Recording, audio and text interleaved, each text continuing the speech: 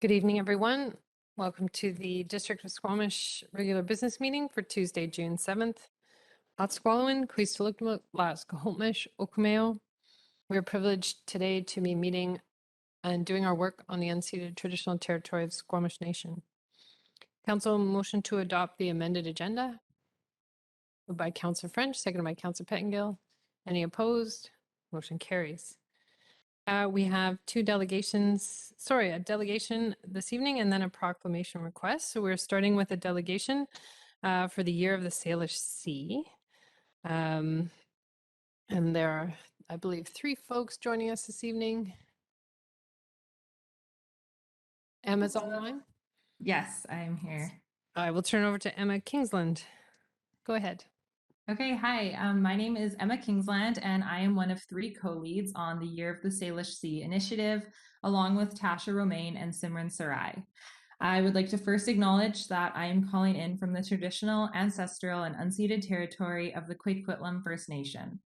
I would like to thank the Queequitlam who continue to live on these lands and care for them, along with the waters and all that is above and below.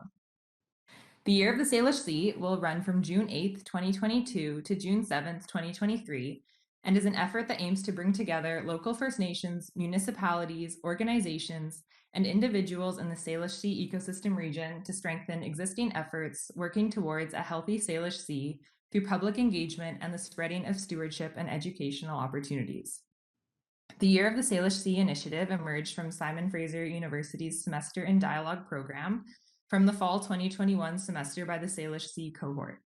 Semester in Dialogue is a 13-week full-time program that is hosted by SFU's Center for Dialogue in downtown Vancouver. The semester by the Salish Sea cohort was made up of 3 instructors and 12 students, all passionate about learning about what it means to live in reciprocity with the land and sea. Over the course of our program, we spoke to over 50 experts who live and work in the Salish Sea region. And the Year of the Salish Sea was developed in response to systemic problems related to the management of the Salish Sea, as well as the extreme weather patterns in British Columbia, and also a lack of public knowledge on the issues that are threatening the Salish Sea. The Year of the Salish Sea was also inspired by the Year of Reconciliation, which was proclaimed by the City of Vancouver in 2013. The Year of Reconciliation was a very successful effort to acknowledge the negative cultural impacts and stereotypes that resulted from Canada's residential school system, to witness the process of reconciliation and healing, and advance with a greater shared understanding of the historical impacts that have shaped the experiences of Indigenous people to date.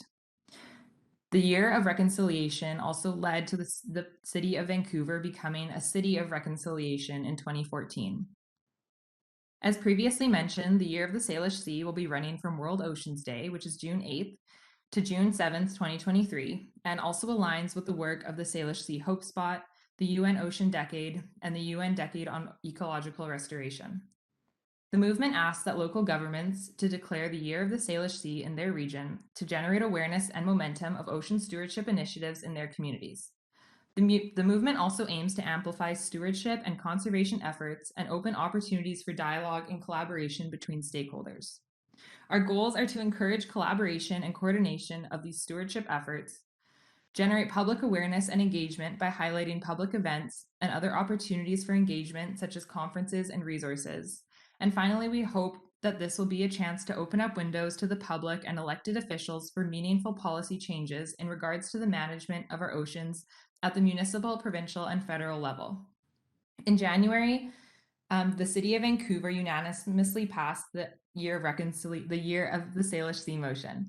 The Year of the Salish Sea in Squamish would join the momentum already started by the cities of Vancouver, Richmond, the town of Gibsons, Powell River, the Islands Trust Council, and Olympia in Washington. We believe that the Year of the Salish Sea strongly aligns with Squamish's marine action strategy. A major aim of the initiative is public engagement. A survey done in 2019 by the CDOC Society found that only 15% of British Columbians surveyed could identify the Salish Sea on a map. And we believe that encouraging individuals to build personal connections and memories with the Salish Sea will help coastal communities become aware of the footprint they leave on the sea and learn how they can support existing conservation and stewardship work. We also would like to connect and invite the many stakeholders we have worked with to facilitate events and public engagement opportunities, And we would like to create an events calendar that will hold all of the Salish Sea related events that our partner organizations and municipalities will be holding throughout the year as a resource for people to see public engagement opportunities. And finally, the Year of the Salish Sea is an opportunity for Council to connect with local organizations as well as Salish Sea stakeholders in the region. We know that many of the goals of local nature conservation and protection groups overlap, so that another one of our goals is to try and strengthen these efforts by bringing them together. The Year of the Salish Sea is a wonderful time to organize a series of dialogues to support collaboration and relationship building and organizing interdisciplinary public events. Thank you very much for taking the time to listen to me today. We really appreciate it. Thank you, Ms. Kingsland. I'll just see if council has any questions. Yeah. All right. Seeing none. Councillor Pettengill? Yeah, I don't have any questions, but I thank Emma, Tasha, and Simran very much for reaching out on this initiative.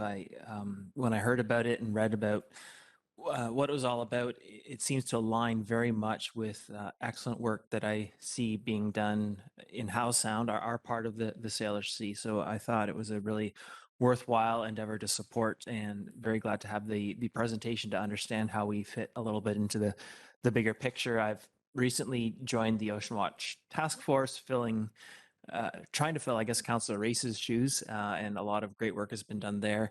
And so it's just really exciting to see how much everyone's pulling together for the Salish Sea, and I know it's of critical importance to our region. I did send council. We were provided with a resolution, and I sent council an updated version that just more explicitly identifies some of the work we're doing here. And so I would like to move that if I could. I don't know if I need to read it out or. Ms. Pollock, does Councillor Pettengill need to read out his motion? To the mayor, I think it would be nice if it was read out. Go ahead. All right. So therefore, and I'll leave the whereas clauses because those are unchanged. So therefore, be it resolved, A, that council supports the SFU Fall 2021 Semester and Dialogue Cohort recommendation to proclaim June 8, 2022 to June 7, 2023 as the Year of the Salish Sea, thereby joining other governing bodies, organizations, and community groups in a collective effort to improve the health and management of the Salish Sea. And B, that council and staff shall continue exploring and developing opportunities and collaborations with local organizations, networks, and individuals that support the health of the Salish Sea, such as at Catsum Howe Sound Biosphere Initiative, Howe Sound Community Forum, Ocean Watch at Catsum Howe Sound Edition. There's one name there that I didn't get a chance to practice, so I'll leave that one out. At Catsum Howe Sound Marine Stewardship Initiative, and C, that council and staff continue to learn from the lived experiences and knowledge of the Squamish Nation that have been stewarding the sea in this region since time immemorial. Along with other Indigenous nations of the Salish Sea, they can teach us how to improve the health and management of the Salish Sea for the benefit of future generations. Seconded by Councillor Stoner. Any further comments? Councillors, do you want to speak more to your motion? I think, no, I'll just say once again, thank you very much to Emma, Tasha, and Simran. It's really important work. We depend on the sea quite literally, and I know a lot of people here are very invested in it. So it's just glad to see so many other people working on it. So thank you again. Councillor Stoner?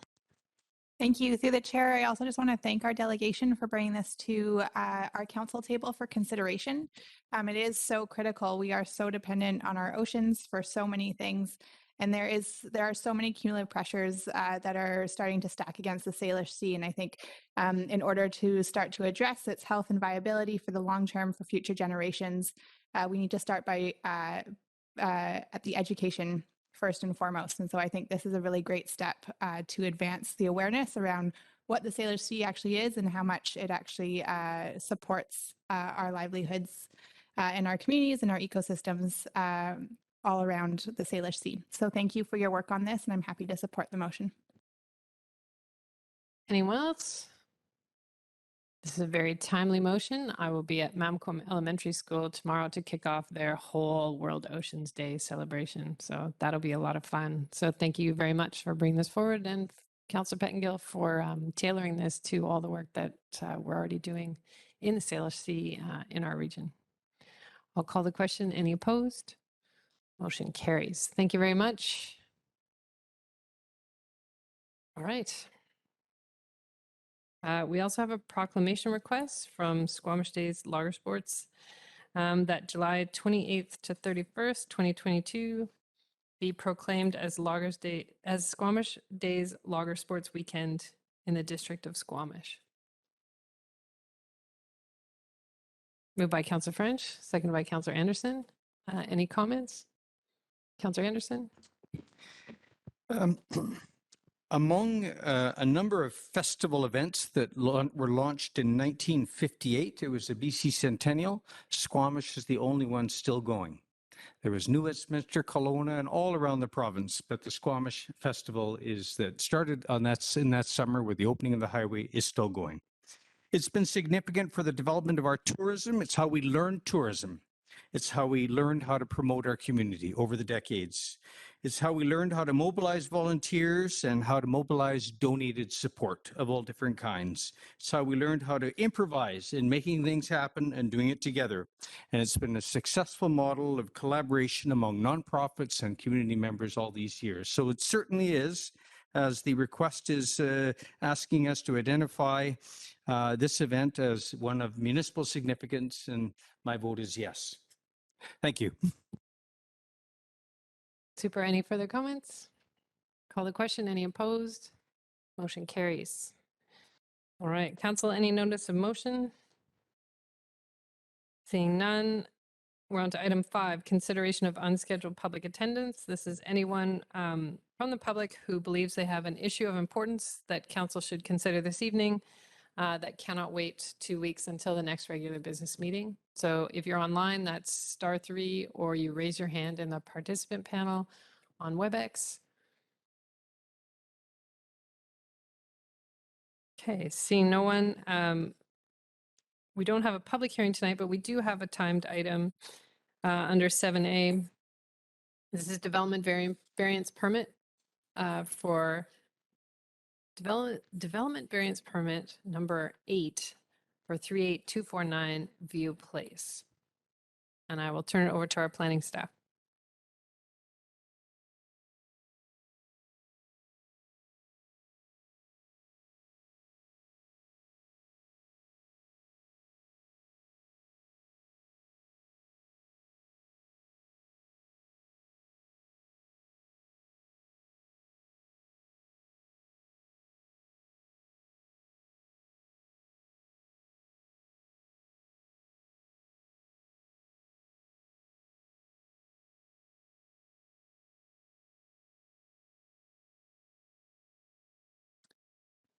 Good evening, Mayor and Council.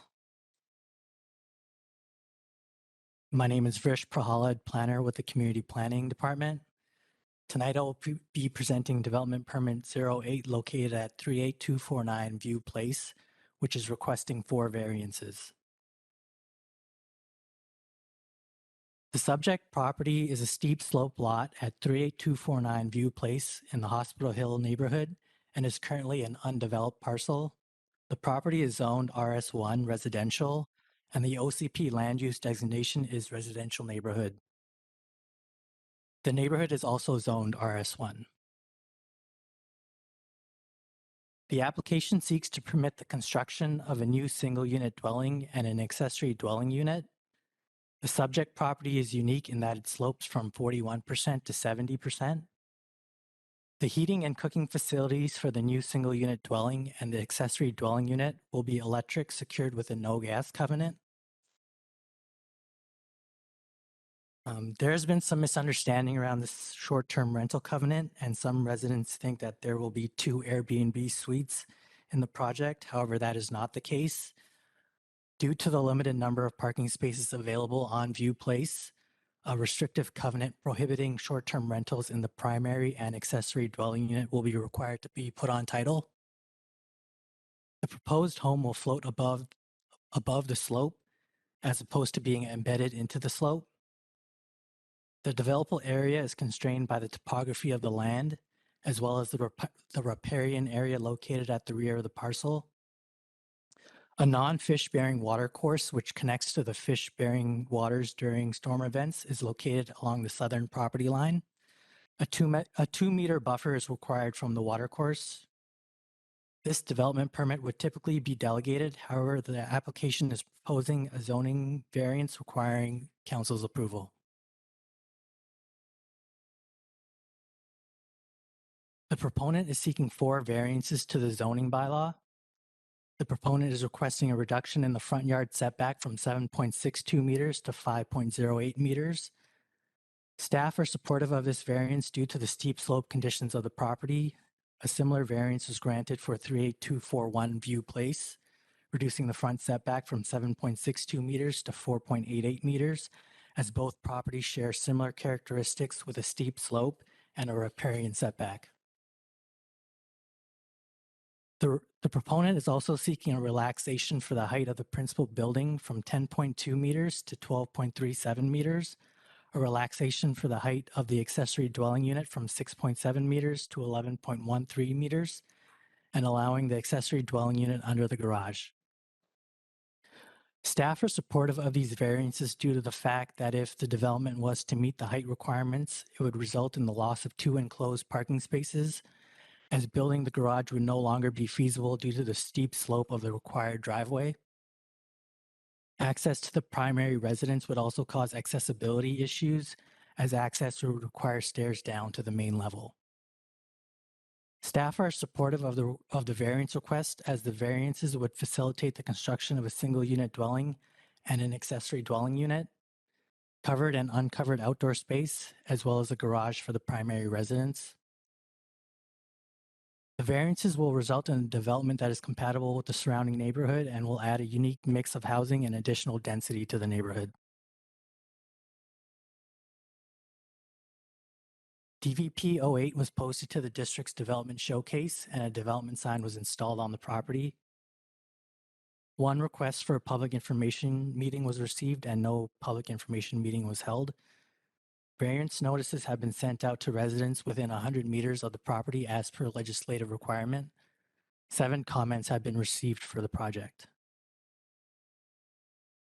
Staff recommend that the District of Squamish authorize the issuance of Development Permit 08 as presented for the property located at 38249 View Place, subject to a covenant restricting short-term rentals, a no gas covenant, and that the mayor and corporate officer be authorized to execute DVP 08. Alternatively, council could not authorize the development variance permit or refer the development back to staff. Thank you. At this time, I welcome any comments or questions. Thank you, Mr. Prahalad. Council, any clarifying questions for staff before I open up to the public? Councillor Herford. Thank you. The height variance for this secondary suite, sorry, I was going to get the wording and the exact numbers in front of me here, seems quite of a large variance, but I don't recall dealing with one of these, a development that's sort of on the I guess, stilts or some support. So is that measurement being taken from a different place? And that's why that height variance is so substantial? Because I understand switching the living unit to below, but that shouldn't increase the height ask. So I'm just curious if it's being scored, or if it's a dramatically different sort of enclosed space than we're dealing with. So through the mayor, height is usually measured through the height datum. If it was a flat parcel, it would be 6.7 meters, but because of the steep slope, the height datum that we're measuring the height from is well below the street elevation level. That's why it's such a large variance request. Okay, and just to clarify further, then but the enclosed space is similar to what would be allowed regularly. It's just the shape of the lot and thus the structure that makes it look like it's a larger height variance. It's not an increase in I don't know, people running 16-foot ceilings inside the building. I didn't see anything like that jump out at me, but it's how it's being measured, not the actual enclosed space. Is that correct? Through the mayor, that is correct. If the accessory dwelling unit was to meet the height requirement of 6.7 meters, the roof of the structure would be well below street level, and there would be a 30% grade on the driveway. Councillor Race? Thank you. Just on that point, my recollection is, and it goes back quite a few years, I ended up before the Board of Variance on one of these, but is the measurement point for a sloped lot the average of the elevation at the top or the bottom or the midpoint on it? Is it, am I correct in saying that, that's some sort of an artificial point?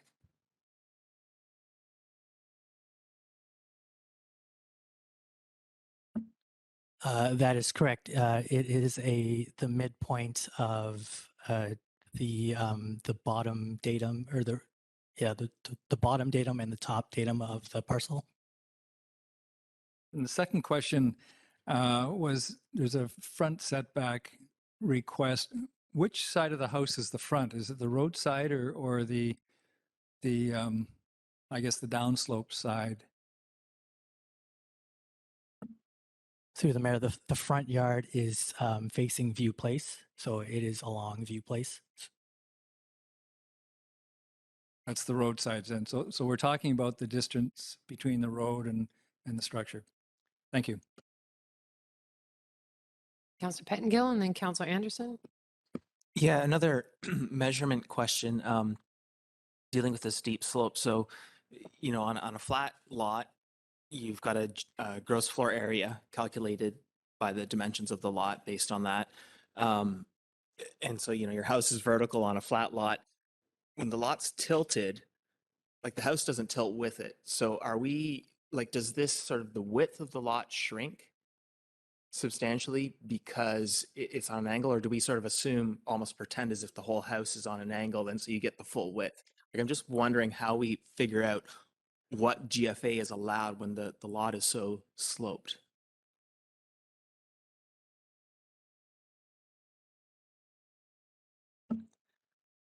The GFA for the parcel would be based on the lot area, and it would kind of depend on the slope of the lot.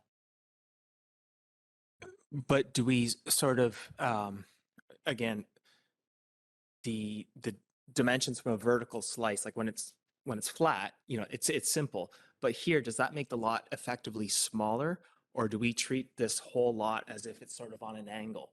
And so you get the sort of full size of the lot. And so relative to the distance between the house and the borders, does that get a lot smaller now? So the house is actually allowed to take up theoretically a lot larger, you know, the distances to the lot lines are smaller because of that angle. Through you, Mayor. I think so. The measurement would happen horizontally, right? Whether the lot is flat or on an angle, the setbacks are still measured horizontally across. Because if you have a structure on an angled lot, it will still, you know, the walls are going to be vertical, and so I don't think it really impacts whether it's a flat lot or an angle lot in terms of what are the setback distances. Right, but it would have the effect of shrinking your gross floor area or buildable gross floor area. Like how am I? Basically, I would expect possibly the more the lot slopes, the lower your gross floor area can be on a lot. So flat lot, you know, the same dimensions. I'm trying to get into geometry here. But maybe just to simplify, Councillor Pettengill, what's the point you're trying to get at? Are they achieving more gross floor area than what's allowed in the zone? Like, what is the point you're trying to ask staff? Yeah, I guess our regulations sort of, I think, basically assume a flat lot. And so all the calculations are based around that. And so I'm trying to understand if or how we consider a steeply sloped lot, and does that shrink the effective gross floor area, because from a plane, a horizontal plane, the effective lot is a lot smaller. And so therefore, theoretically, Why does it matter to you that the gross floor area might shrink? I guess I'm trying to understand, because we're asking for variances to increase the height and basically allow more size. And I'm trying to wrap my head around, is that reasonable? Are we already sort of pushing the boundaries, or? Go ahead, Mr. Sorry, Bucks. through the chair. The answer to your question is no. The slope of the lot does not affect the GFA either positively or negatively. As Mr.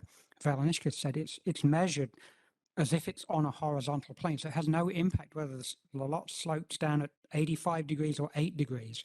The GFA doesn't change. There's no issue here with the slope and the GFA. Okay, I'll leave that. I might be able to explain it better later. The other question, there's the no gas covenant. Is this taking advantage of our low carbon incentive and that sort of thing, or is this just sort of more in consideration of the variance that this is being offered? Through the mayor, it is taking advantage of the low carbon incentive. I'll just add to that, is there a low carbon incentive wouldn't take in the cooking facilities? So that's the extra step. Okay, and just if you can clarify how these variance approvals, how tied are they to the particular architectural drawing? So if we approve these variances, I'm understanding all the drawings we've seen could change significantly. We're just sort of applying the sort of height and setbacks, and that's all we're really setting in stone today, plus the covenants possibly. Yeah, that is correct. We are just speaking to the variances. I do not expect the design to change, but the reason why they're seeking that height variance is so that the building is seen as a single-story building from street level. Councillor Anderson? Mayor Elliott, if I may, I'd like to ask a question regarding the geotechnical assessment. I read the report by the geotechnical consultant Contour with great interest, and in particular the item sources of information, in-house geotechnical database of nearby projects. Having lived in this neighborhood quite a while, something that intrigues me is that there have been several slope failures in the vicinity. 2 homes on Ocean View Lane, directly to the north, if you like, 38254, 38264 have had slope failures involving damage and need to repair structural supports. Directly across the ravine, 38171, 38173, the same thing. And look further down the hill, 38155, also a slope failure. And another one further down on Clark, which took out a staircase. And finally, 2 doors to the east, on View Place, a slope failure, which meant that the supports had to be replaced. My question is, this seems to be a very thorough geotechnical assessment report. I found it very interesting, the attention to the construction phase as well. But are we, as the district, is there any risk of liability should there be a slope failure that might cause not only physical damage, but other effects at the site? Are we at any risk of liability on the part of the district? Mr. Valenishkas? Thank you. So really that's a preliminary report, as I would put it at this stage. Those details get assigned responsibility for the building permit process. So our inspectors and our plan reviewers rely on, and I don't know if this would be the same report or it would need to be updated or a new report, but essentially we offload that responsibility on the professionals that are doing the assessment, and the engineer on record has to certify this is safe for the use intended before we issue the building permit. Thank you, Mr. Belniskis. The process you've outlined is helpful as well. Thank you. Councillor Stoner? Thank you. Through the chair, just a few quick questions. Can staff just speak to where the confusion came from? So many of our correspondence received this evening were about there being Airbnb units or bed and breakfast units. So I'm just curious where that confusion came from and clarifying that the covenant that's proposed will make sure that that is not possible in these units. The initial proposal from the applicants did have 2 Airbnb units, and that's where that restrictive covenant came into place. So I think it might have just been the timing of when they were looking at the drawings. That's helpful. Thank you. And then just to clarify as well in some of the correspondence, there's a suggestion that the RS1 bylaw allows for a 9-meter primary building height, whereas the variances state 10.2 is what we're varying from. And is that a result of the steep slopes component of this lot?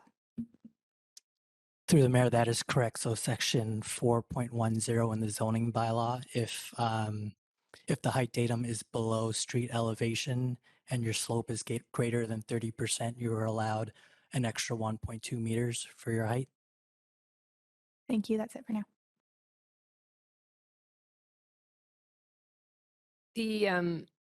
We've recently had a home before council that manipulated their building after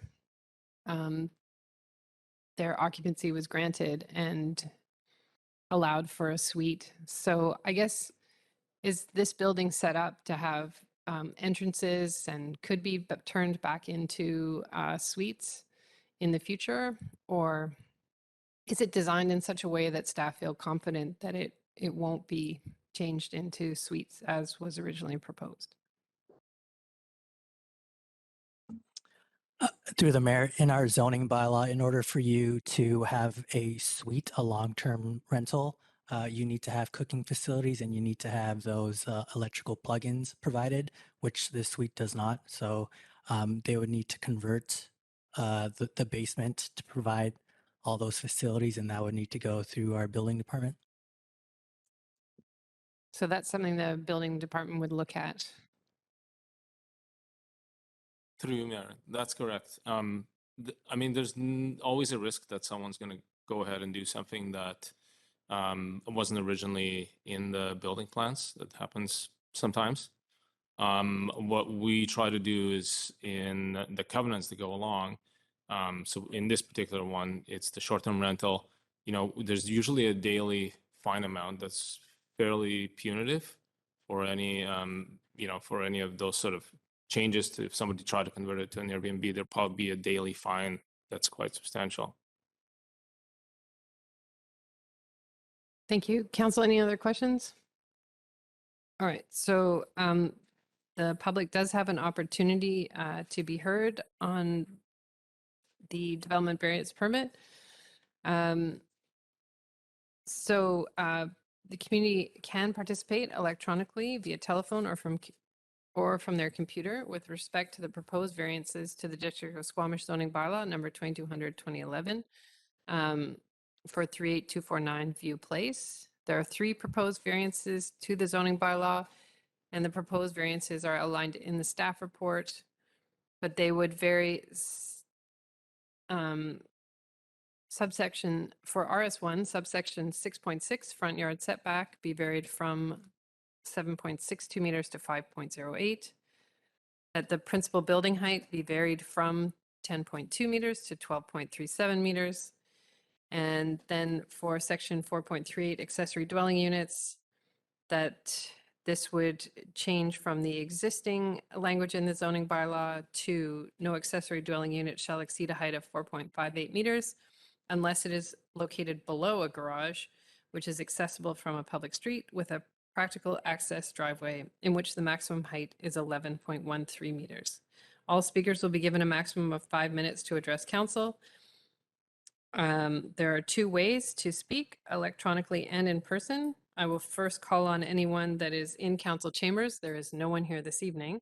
So there may be people online. So if you would like to participate electronically, it is *3 on your telephone or on the WebEx platform, you go to the participant panel and click on the hand icon to raise your hand. When it's your turn to speak, you'll receive a voice prompt on the telephone or a dialog box on WebEx. Please commence your remarks by clearly stating your name and address or neighborhood. And again, speakers will have 5 minutes to speak. If you're experiencing technical difficulties, please use the chat function in WebEx to send the host a message or email hearing@squamish.ca. So I'll just look to our moderator to see if there is anyone online. Mayor Elliott, there's no one indicating they wish to speak at this time. We'll just give people a moment. Sometimes it takes a few moments to figure out technology.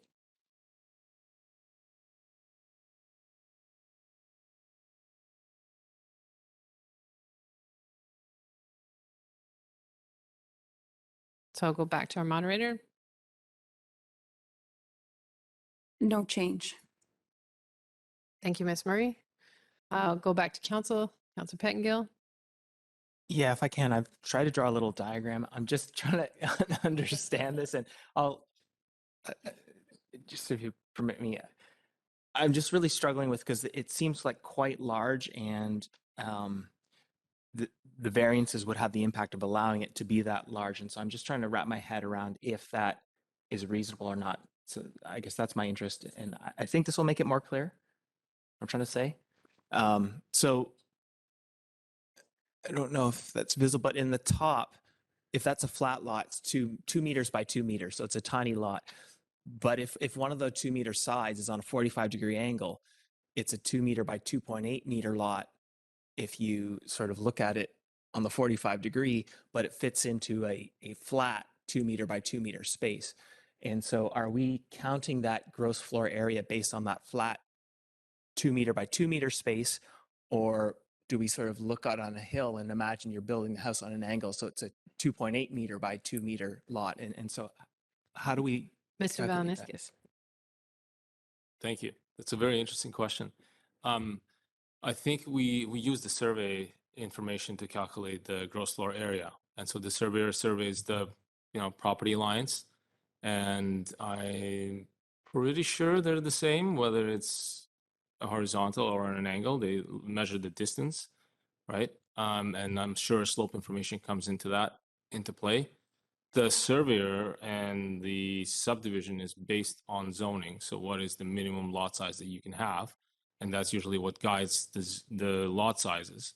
So I would expect that they're comparable to other flat lots. And so the GFA should also be comparable. And they're not proposing to vary the GFA.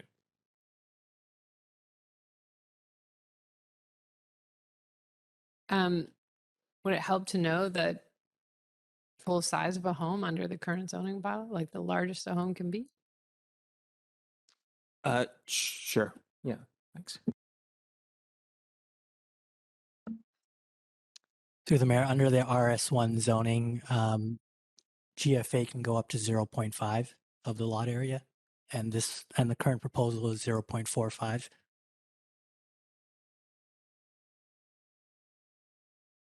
I think that's the first time in our term that we've had pictures, so thank you. And thank you for persisting. I'm glad you got an answer to your question. Did I see another hand over here? Councillor Stoner? Oh, yeah. It's you over there. Councillor Herford and then Councillor Race. Thank you. Just in some of the correspondence, there's comments about the sort of general safety in the neighborhood and how narrow the drive lane gets with parking and a few other concerns. And I'm curious if through this process, anything has sort of been elevated to staff that may need to be addressed. And I understand this may not be the sole responsibility of this development to do that, but as we're looking at that area and getting feedback from the neighbors, has there been anything that's been highlighted or any changes we should expect to be discussing in relation to how that particular piece of our community is functioning? Through the mayor, speaking with the engineering department, when they are doing the servicing agreement, they will require the shoulder be built out on this property, as well as a no parking sign due to the fact that it is a blind corner on that street. Okay, and so right now there's people park in or can park in front of that and can shorten up the width of the roadway. So currently, so with this change, we'll actually be guaranteeing that there's more space around that corner. Is that correct? Through the mayor, that is correct. I should also clarify that that there really isn't any space to park in front of this parcel due to the fact that there is not enough space.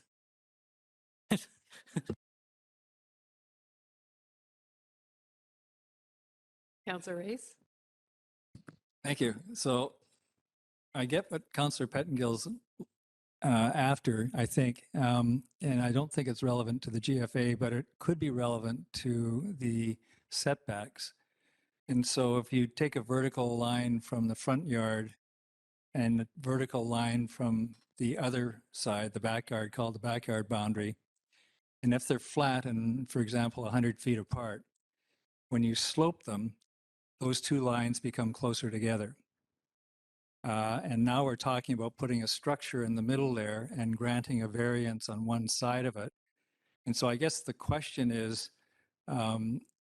strictly speaking, what is the reason for that front yard setback? Is it because the house from one floor from front to back doesn't fit within all of the setbacks? Or is it just sort of an engineering thing to make it closer to the road so you're not pushing it farther down the slope and building a higher structure on top of it? So for example, is there room at the, I guess it would be the backyard, the deck area, to push the house down the slope more to avoid the front yard setback? Is that a realistic option, or does it create additional engineering issues, or is there room at all? Through the mayor, there is room to push the house back, but you're also going deeper into the slope, which causes other issues.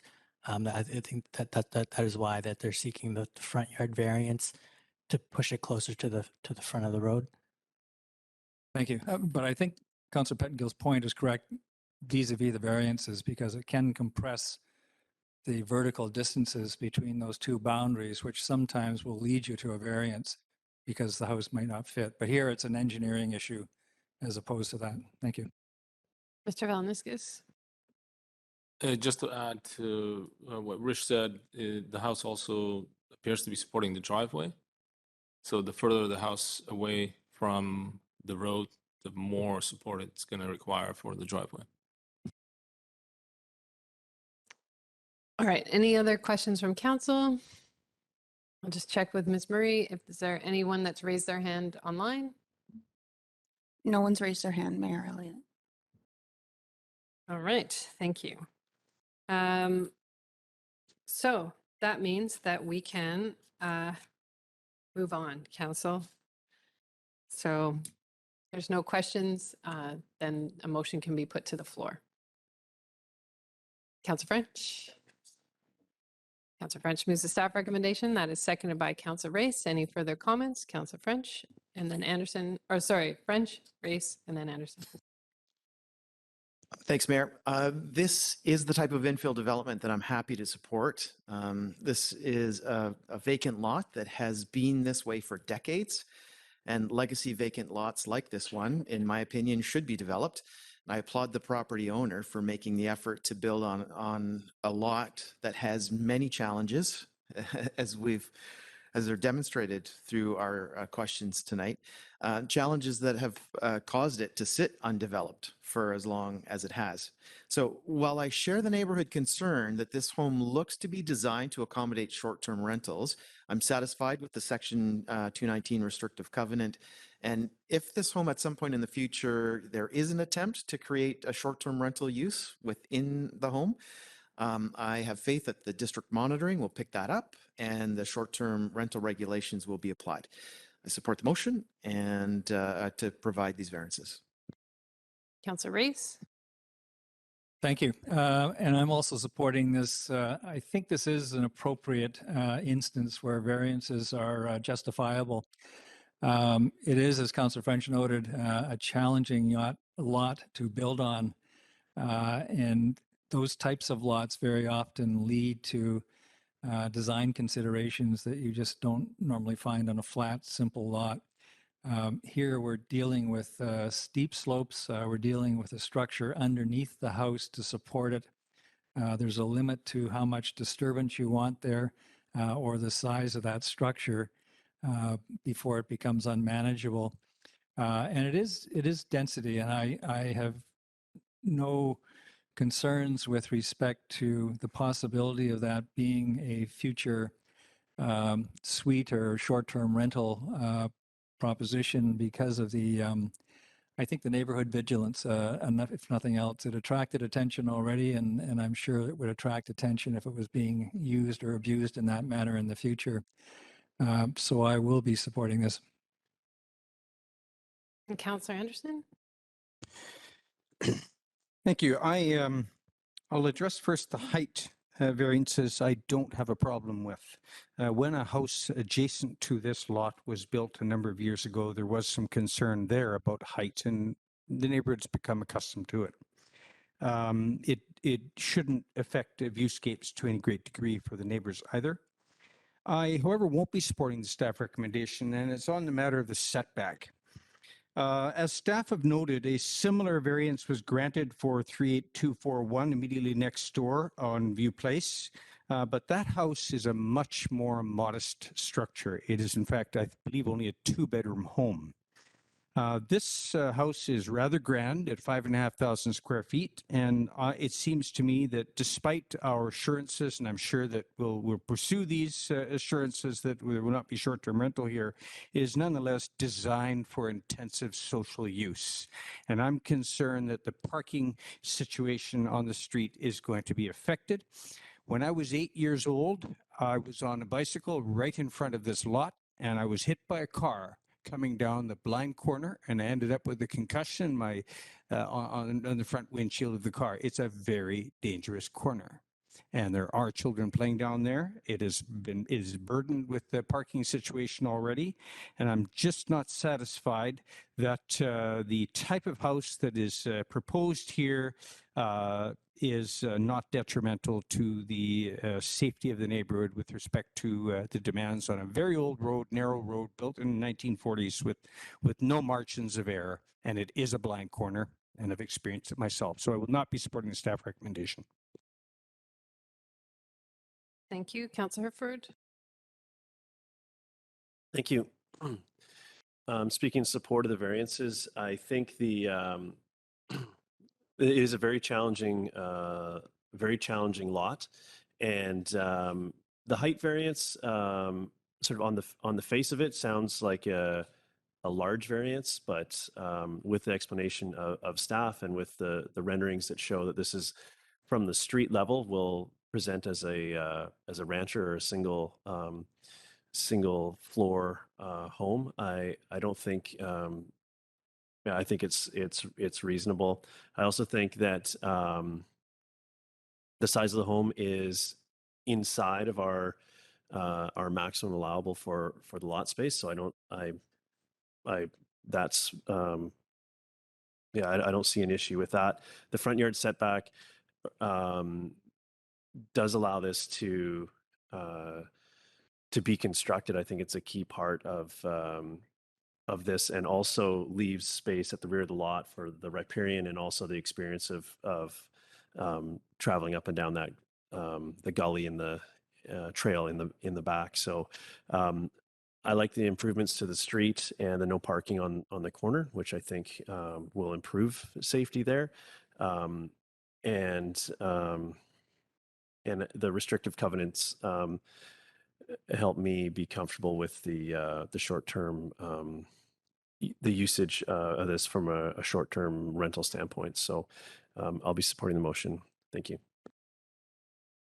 Any other comments? Councillor Stoner? Thank you. Through the chair, I will be supporting the motion on the floor. I don't have any concerns with the building height variances. I think those are defensible. given the unique structure or the unique environment of the lot and the steep slopes. Councillor Pettingill's drawings definitely made me rethink and think about the front yard setback component. It's definitely an interesting one to try and wrap your head around, but I think the assurance that I have is that it fits within, there's no variance requested around the square footage of the house or the gross floor area. And so I take that there's been due diligence there, that the proposal fits within what our allowable policies allow. With that, I hear the concerns around parking in the area and take that the Section 219 restrictive covenant on short-term rentals will help alleviate any concerns that the neighborhood had there. And that there's 4 parking spaces on site and that should be sufficient for 2 units on this property. So I'll support the variances. I will note though that it is a very large square footage house, but I think changes to that need to be made with respect to our zoning bylaw and allowable gross floor area if we have concerns about the overall size and footprint of the building. Thank you. Councillor Pettingill. Yeah, thanks. I'm, despite some of my questions, I'm going to support the motion on the floor. As a general principle, I don't think we have an obligation to make difficult lots buildable or to make it possible or easy to maximize the development on a difficult lot. But when I look at the specific variances requested, the height, well, at first it seems significant because the base of where we're measuring the height is so much lower. The effective height isn't, as I understand the drawings, really a height variance. And that's what people care about, is sort of relative to the height of other neighboring buildings. And I don't see that from what I understand the staff report, there's not a significant height differential there. And also the front variance, in my mind, is something we would consider if we're going to allow development on steep slopes, which it seems we are, with a large or small home. So the front variance isn't the issue. I would have more concerns with side variances or possibly a rear variance, which it doesn't seem is being requested here. And, I do have some, I guess, questions still or concerns about how we might be calculating gross floor area on steep slopes and some, I guess, reservations are around the stability of the slope and so on, but that is not the what is before us in these variances. So because we're being asked to weigh in on the specific variances, I think they are supportable. And so I will support this. Thank you. I'm not going to support the staff recommendation. My comments align with those expressed by Councillor Anderson. I'll call the question. Any opposed? Councillor Anderson, Mayor Elliott, opposed. Motion carries. Thank you very much, Mr. Prahalad. We're on to item 8A1. This is District of Squamish Election and Assent Voting Bylaw, Amendment Bylaw 2921, 2022. And I'll hand it over to Ms. Pollock for a very short but important presentation. Good evening, Council. My name is Charlene Pollock. I'm the Manager of Legislative Services. So I'm here to present on the election and assent voting bylaw. The correct version of the bylaw was given first 3 readings May 3rd, but unfortunately the wrong version was adopted 2 weeks later. So therefore we're starting over with a new bylaw. The bylaw before you is essentially the same as the bylaw that was given first 3 readings, although there are a few very small minor amendments which are shown in bold in the bylaw. I'll just briefly touch on the 3 areas that are amended in the bylaw. Section 7.1, special voting, change from 3 special voting opportunities to up to 3. The sections related to mail ballot voting have been amended. Mail ballot voting is now available to all residents, and the procedures have been amended to reflect legislation and best practices. And section 10.6, unofficial recount procedures, gives discretion to the chief election officer. And that's it for the presentation. And the staff recommendation is that the bylaw be given first 3 readings.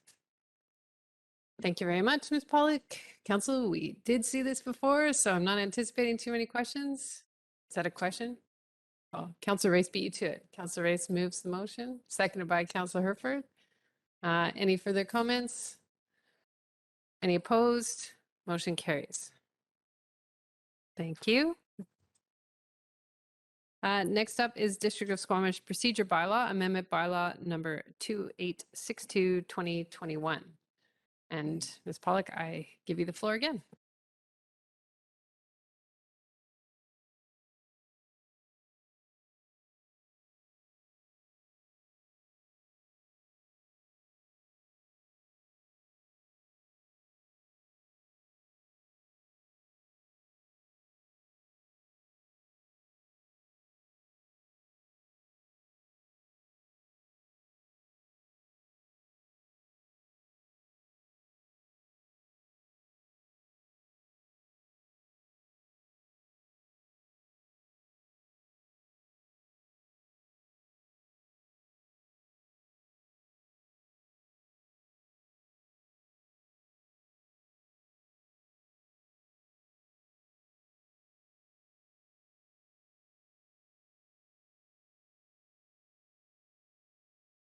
In the bylaw, I think there's 21 sections that are amended, deleted or inserted, and a description of the amendments are laid out in the report.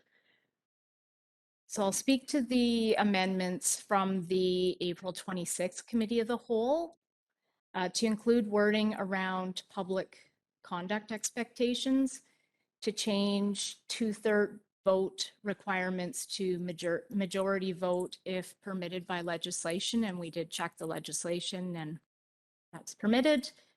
To include wording in section 8.4, approval of minutes by adding not considered in the consent agenda, just for clarity. And to amend the order of the agenda by moving consideration of council committee recommendations to earlier in the agenda. And just an overview of new sections that were added. Instruction in the event that the power goes out or there's interruption in the electronic meeting. That's section 6.12. There's a procedure added for listing reconsideration of council motions under business arising, and that's section 8.6. Language around level of detail included in the minutes, that's section 10.9. Language around conduct by members of council, section 10.29, 10.30, and 10.31, and language around conduct by members of the public. So next steps, if council would like to make some minor amendments to the bylaw could be given first 3 readings as amended. If there's more substantial amendments required by staff, staff can make some notes and bring the bylaw back to a future council meeting.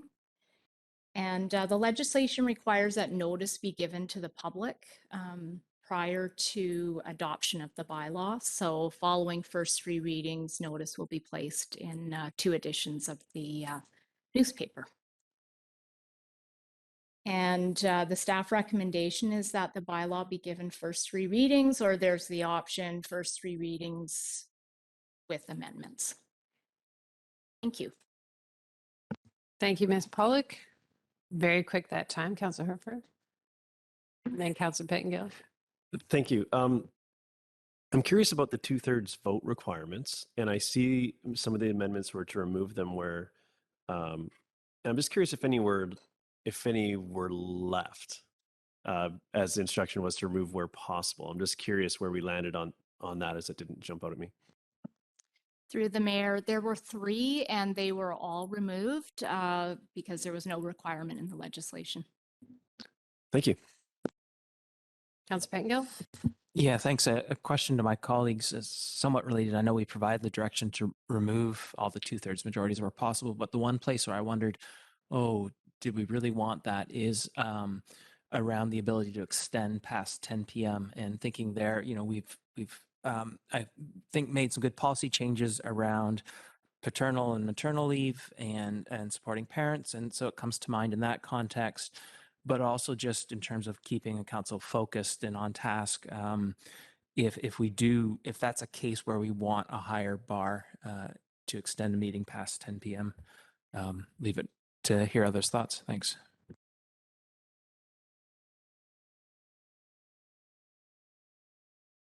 Any other questions for Ms. Pollock? Ms. Pollock, I unfortunately didn't make the April 29th, 26th meeting for this part of the discussion, but on item 10.9, it talks about the minute taker.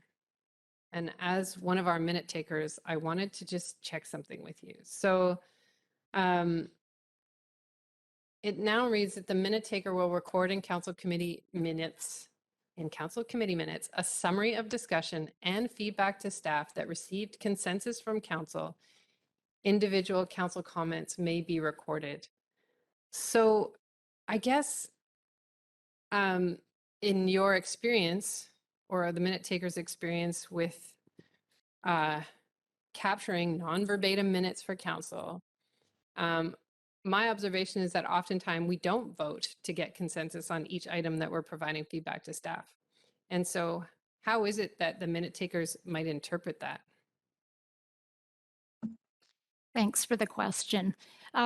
Generally, when I'm taking minutes, if, a majority of council are commenting on the same item, making similar comments, will include, a bullet point on that comment in the minutes. Thank you. Council, any questions?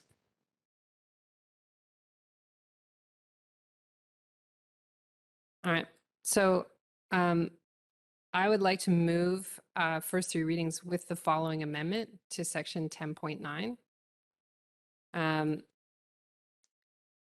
And that it would read, the minute taker will record in council committee minutes a summary of discussion, including comments from council related to feedback specifically requested by staff.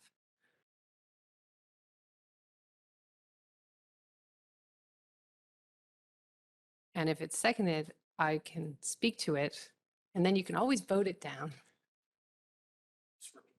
I will. Seconded by Councillor Herford. So I would change the wording to the minute taker will record in council committee minutes a summary of discussion, including comments from council related to feedback specifically requested by staff. So my reason for putting this forward is that I think it will be overly burdensome on the chair and on the minute taker to get consensus on each item that council would then want to appear in the minutes. And then every time minutes come forward, especially on consensus items, there will be debate saying, well, what was consensus? We didn't all vote for this. My comments are missing. I want my comments there. I think we're setting ourselves up for a cumbersome process. Best practice is not to do verbatim minutes, but it is to capture the general gist of the conversation. My experience is that our planning staff take very, very good notes. And if they're confused about the direction council's generally taking, they always ask the chair for more clarity on those items.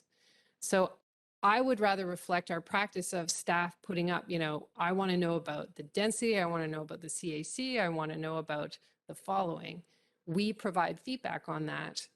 That can be captured in the minutes that we take generally, but to insist that the minute taker captures where we have consensus, when I know through our own practice, we don't vote on each thing. We take the temperature of the room.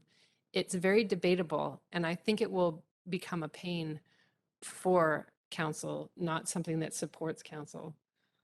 So that is my reason for putting forward that we want to capture the feedback specifically requested by staff, but not make it depend on consensus being reached at the council. I'm happy to read that again if you'd like me to. Any other comments? Councillor Anderson. There may, of course, be topics or points or pieces of advice that come up that would not be anticipated by staff and not requested by staff or subject not requested by staff.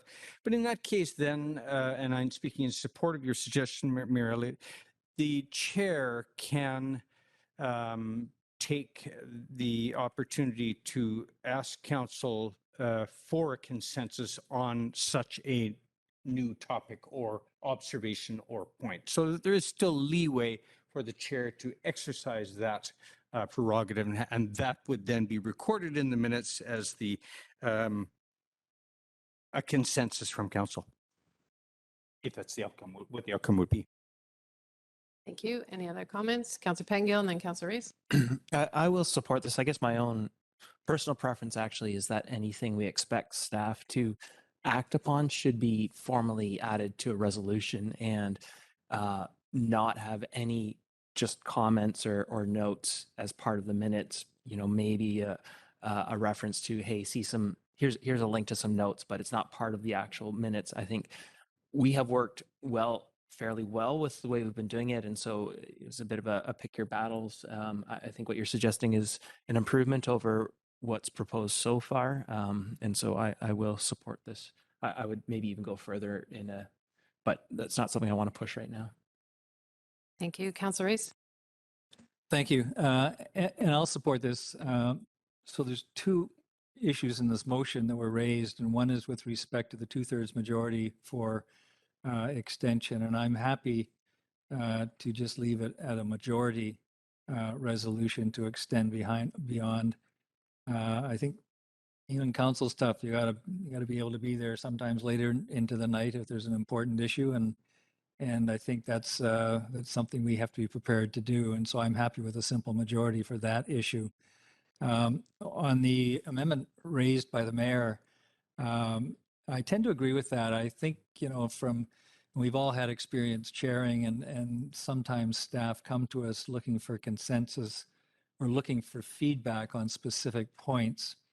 And we try to give them some sense that the feedback they're getting is sort of where the majority, at least of council, is coming from.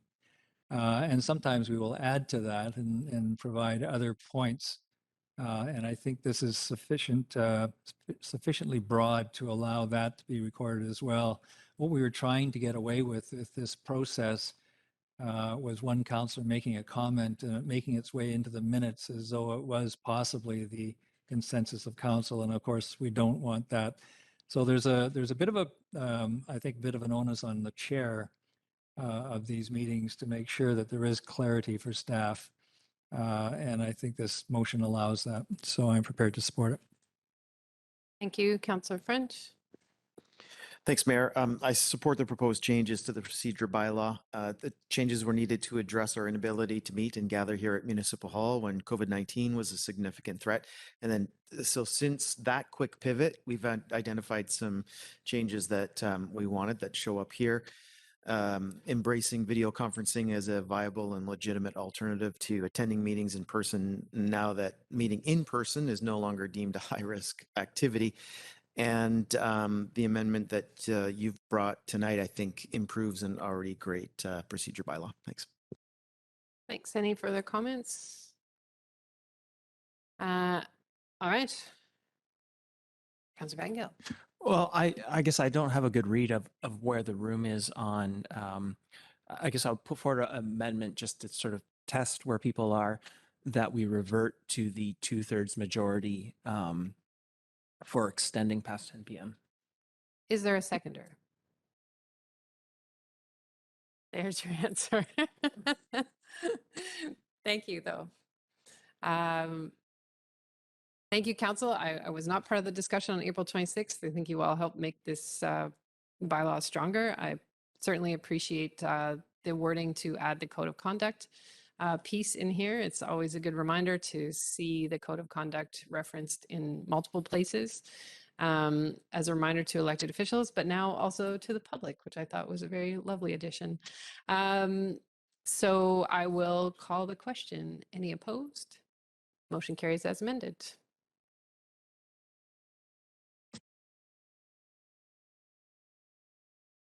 All right. Next up, the District of Squamish Revenue Anticipation Borrowing Bylaw, number 2920, 2022. Ms. D'Souza.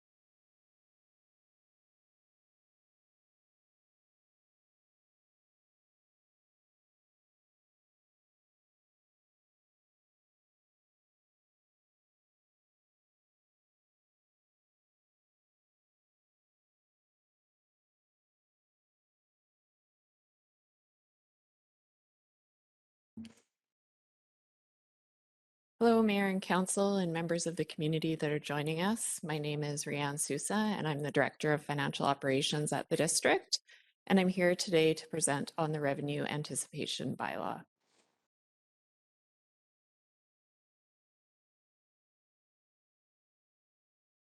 The goal of the presentation today is that Council give first 3 readings to the District of Squamish Revenue Anticipation Bylaw. For Council and the community's background, the Community Charter of BC states that a council may, by bylaw, provide for the borrowing of money that may be necessary to meet current lawful expenditures. The main source of the district's revenue is property taxation. As property taxes are due in July, it is standard municipal practice to adopt a revenue anticipation bylaw. The district has sufficient cash flow to manage this cyclical revenue source, but in order to maximize investments, the district may invest in fixed-term investments or investments that require notice for dissolution. The district can also have significant expenditures in large capital projects or other major contracts that can spike cash expenditures from time to time. Therefore, the district continues to maintain a line of credit to ensure the ability to manage cash flow needs. The district currently has a $2 million Scotiabank line of credit. The interest on the line of credit is Scotiabank prime rate. Thank you for your time, and I'll now pass it over to Council for discussion and questions. Thanks, Ms. Souza. You can just turn your mic off. Yep. Thanks. Council, any questions on this? Do this every year. Council Pettengill? Is there any opportunity, I'm assuming the answer is no because we're not doing it, but to do this through MFA or that we use for other sort of low interest borrowing? Ms. Boxer? Thank you, through the mayor. Certainly, you could do another loan authorization potentially, but the full amount of work that would be required in order to do that would not be the better option. This is an easy way that's allowed by legislation. It's something that we can draw on if necessary. So yeah, and you do have to, if you go through MFA, you do have to assign it to something. So it's a feature that's easy, and it's a good opportunity for the district to utilize for cash flow.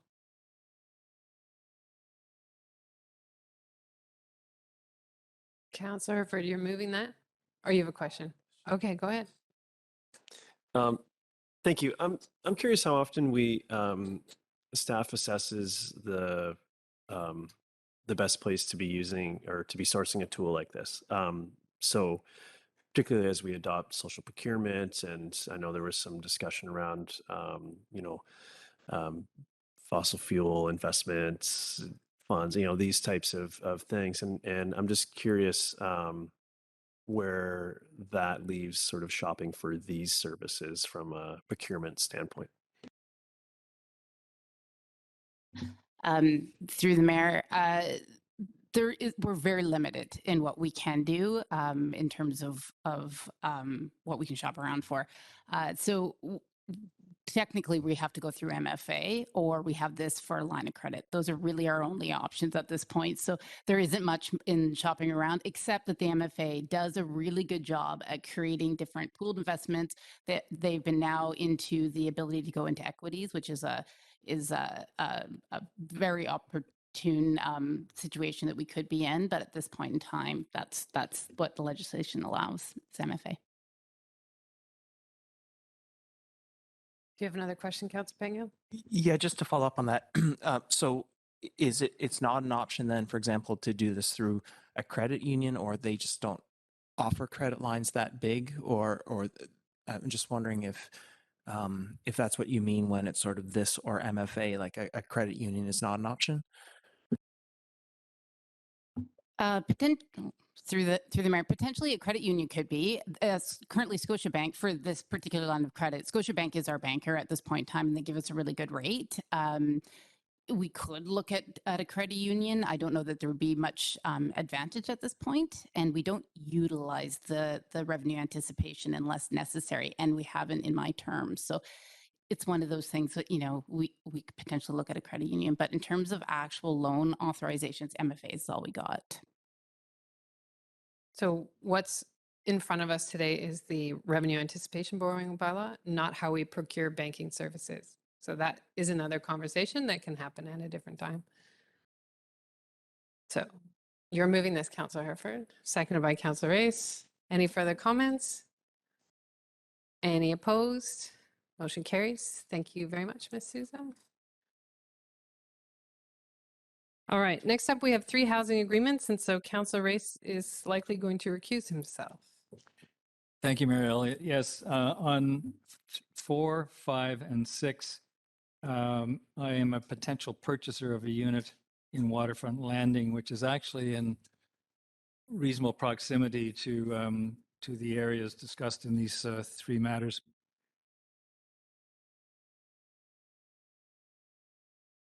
And don't eat all the chocolate, Councillor Race. Mr. Valeniskis, the floor is yours. And I assume you're going to take us through them all at the same time? Yes, through Mayor. I will experience my usual challenges with launching the PowerPoint.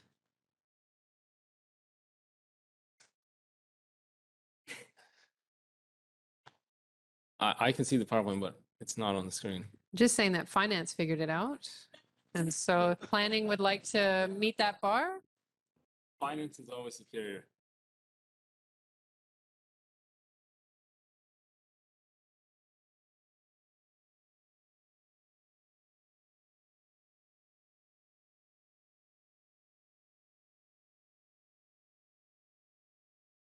I do operate on a more advanced PowerPoint system, so that's probably why. Thanks, Hurley. Okay, so I am here today. Susan Stratus, who's the planner on this file, couldn't be with us today, but she did a lot of work on this on these housing agreements, as well as development review in this area, as council knows. So I'll be presenting on both of our behalf. And we've got 3 bylaws, essentially, 1 for affordable housing, 1 for market rental in perpetuity, and 1 for market rental for a 25-year term. So here's the breakdown on the 2 buildings. 3B, the building with red and white, is the one with the bigger building with 55 affordable units that are rental units and 50 market rental. They're both on term in perpetuity. And the building with blue and white is the smaller building with 90 market rental units.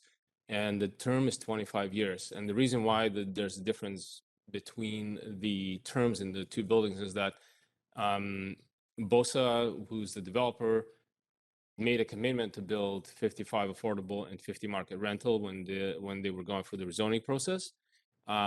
And it was unclear what was going to happen with the other, the second building. So they've decided to go with market rental, and the term we were able to negotiate was 25 years because it's sort of voluntary on their behalf to do that. So all in all, it's a fairly substantial contribution to rental housing in Squamish at 195 units. The housing is already in construction. You can see the cranes on site and the foundation is being built. They wanted to sort of get that going quickly and deal with the housing agreements as the buildings were going up. And the reason for that was really because we had attached a template housing agreement to the land development agreement that was adopted in 2017. So we drafted it in 2016, adopted the land development agreement. It had a template, and BOSA had a high level of confidence that they know the terms essentially. This slide sort of focuses on the 3B building, which has the affordable rental and the market rental in perpetuity. The unit sizes in this building range between 43 square meters to 82 in size. There are 12 fully accessible affordable housing units, 10 adaptable market rental units. There's mixed tenure floor plans. So the market and affordable are kind of intermixed throughout the floor plans. And one thing that we had lots of discussion with the applicants is how to make sure that the access to common facilities, which includes the amenity building that Sea and Sky is building, is available to all the rental tenants. So whether it's market or non-market, it will be available to everyone. So in a sense that there won't be an opt-in or opt-out based on a surcharge for that. The affordable units are based on income. So the rental rates are based on 80% of the average or the annual median income. The eligibility criteria is based on 80 to 120%. So although the rental rates are capped at 80%, there's a wider range of eligibility. And that is something that's in our perpetual affordable housing policy and also was in the original agreement. There are 10 junior one-bedrooms in the affordable housing component. And that means that they're slightly smaller and they are at a reduced rate. And the reason why we asked to separate the one-bedrooms into two categories is that so we can address the single-person households primarily, and to some extent lone parent households, because there's no studios in the 55 affordable units, just one bedrooms at 20 units. So there'll be 10 junior one bedrooms and 10 regular ones. There's 15 two bedrooms and 20 3-bedroom units.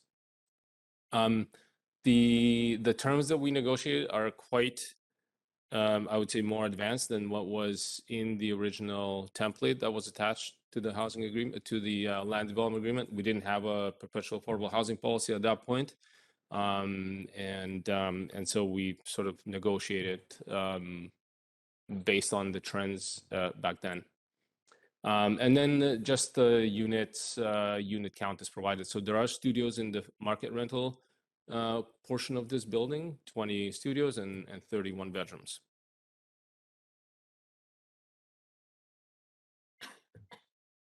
And here you can see the rent calculations, essentially. This is based on 2019 income data.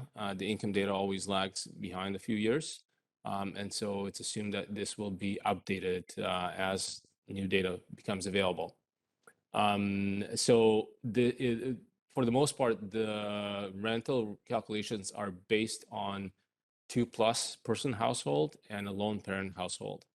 However, the 80 to 120% range of tenant eligibility opens it up to a single parent, a single person household as well. It's just that at that rate, it's not at 80%, it's more at 100, between 100 and 120. So the junior one bedroom is based on the lone parent, 80% of the lone parent income. And the reason for that is that it was in between the single person household and obviously the 2+ person household. Now, the one gap that we do have in our perpetually affordable housing policy, and that's something that we know we have to address, is we need more definition on what should the rates be for that 1 bedroom, 2 bedroom, 3 bedroom. Our policy right now only specifies by household type, so it doesn't break it down to bedrooms. So we had to get a little bit creative and come up with rates for those full 1 bedrooms, 2 bedroom, and 3 bedroom units. And essentially the way we approached it is the 3 bedroom units are calculated on 30% of income going to housing for a 2-person plus household that is making 80% of the average income in Squamish. And then we reduced that amount for 2 bedrooms down to 80% and then down to 60% for the full 1 bedroom unit. The eligibility requirements, as I mentioned, there's the income, 80% to 120% of the average median or the annual median income. You have to be employed in Squamish, run a business, be retired here, but have worked in Squamish, or have a disability and have lived or worked in Squamish. And that is reflective of our perpetual affordable housing policy. The only difference here is we require in a housing policy that, for instance, if you are employed in Squamish, you have to have lived here and worked for a year. So BOSA wanted some flexibility, and we recognize that they're going well past the original agreement we had. So that is one concession that we did make. And that's it. I'm not going to delve too much into the market agreements just because all they do is the 50 units that are in perpetuity, they're not stratified, so they're staying as one parcel essentially in the same building, and the conditions are, that they'll be rental. And the other building with 90 market rental units on a 25-year term, it's just that, it's the 25-year term essentially. Thank you. Thank you, Mr. Valanicius. Councillor Stoner. Thank you. Through the chair, my first question is just around the calculations, and I'm curious why we didn't use the person not in a census family for the median income. I suppose we're using the lone parent families for the junior 1 bedrooms, which is 11,000 more. But in your presentation, you said part of the reason for advancing the idea around the junior 1 bedrooms was to ensure that we had rent rates that were targeted to singles, single person households. So why do we not use the single person household median income in that calculation? In a way, we made sure that at a the absolute average income for a single person household still meets that junior 1 bedroom requirement, because the income in all of these categories is based on 80%, but the eligibility is 80 to 120%. So yes, at 80%, it's going to be a challenge for a single person household, but not at 100% and plus. And it's just a form of housing and the legacy agreement that we had in the land development agreement. We kind of had to get a little bit creative. There is a condition that those junior 1 bedrooms can only be rented to a single person household or a lone parent household. Okay, I'll sit on that for a little bit. My other question was just about how this gets managed, and we have the Affordable Housing Society coming on board. Is there like one shared list of folks that are eligible as more of these covenants come forward? Are they kind of managed as one-offs, or how do we kind of start to address this as more of these come to us? That's a great question, and through Mayor, this this is going to be managed by BOSA. At this point, they're not. They have their own system that they use, and that's what they're going to do. And given the fact that it's a legacy agreement that we've made in 2017, that's where we're at. I think as our housing society gets going, we'll be exploring, how we can assist this development and the community to get connected with housing. But this development will have to be reporting every year in terms of who's living in the units and whether they meet the eligibility criteria. So we will make sure that it meets the requirements of the housing agreement. Thank you. And then I have one detailed question that I'm hoping you could clarify. In the housing agreement for the 3B non-market rental, it's on page 148 of our package, section 5.1. There's a paragraph that speaks to the district agrees that if the lands are subdivided by deposit of the ASP plan, such that the 3B affordable housing component and affordable housing units contained therein. Anyways, that whole paragraph to me sounds very confusing, and I'm not exactly sure what it means with regards to the airspace parcels being contained in separate legal parcels for us at the end of the day. I'm glad I wasn't the only one that struggled with that paragraph. I reread it many times and couldn't quite figure out what it was trying to say.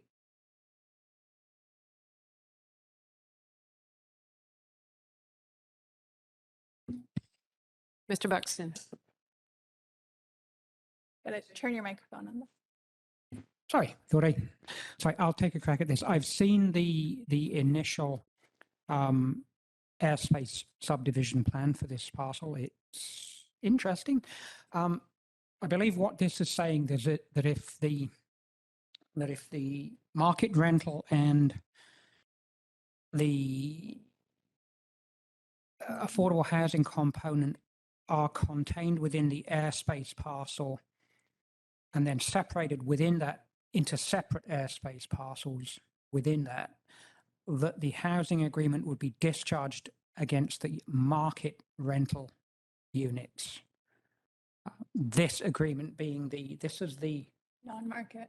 the non-market. So if it's registered against the airspace parcel at its creation, it's registered against the entire parcel. If that airspace parcel is then subdivided, it's still registered against the two child parcels that derive from the parent parcel. So what we're saying is that we would leave the market rental, the non-market agreement registered against the non-market units, and discharge the non-market agreement against the market units, because both will be registered at the point the subdivision is created. Am I making any sense here? Can you explain when that might happen or why it would happen? Simultaneously, at the point that the subdivision is registered, there would likely be a partial discharge of the non-market covenant against the units that are now in the market airspace parcel. I could draw a picture on the board if it is complex. It is resulting from essentially a cube in space being divided, and the agreements would be registered against both and discharged against one at the point that the subdivision is registered. Go ahead, Mr. Valnisse. Thank you. Just to add that it will get registered now, and it's a single parcel, and it will get divvied up as the buildings are built and occupied. There's the commercial space as well and the office space. They're all going to get stratified. So this clause essentially allows a discharge against all the other airspace or strata parcels. But this parcel can't be stratified, correct? Okay, Councillor Pettingill. Yeah, thanks. A couple questions. The first one, as I read all three agreements, it seemed in all cases, unless I'm misunderstanding, that the leases had to be with an individual that will reside and not an intermediary party. And I guess that I want to clarify that in the context for my question is we seem to have some large projects, which from my perspective don't seem to have their housing needs sorted out. Not clear to me that those projects align with the climate crisis or our economic development goals and so on. And so I'm just a bit concerned wanting to ensure that projects such as this don't scoop up a bunch of market or non-market rentals. And so wanting to understand if we have tools in place to make sure that doesn't happen.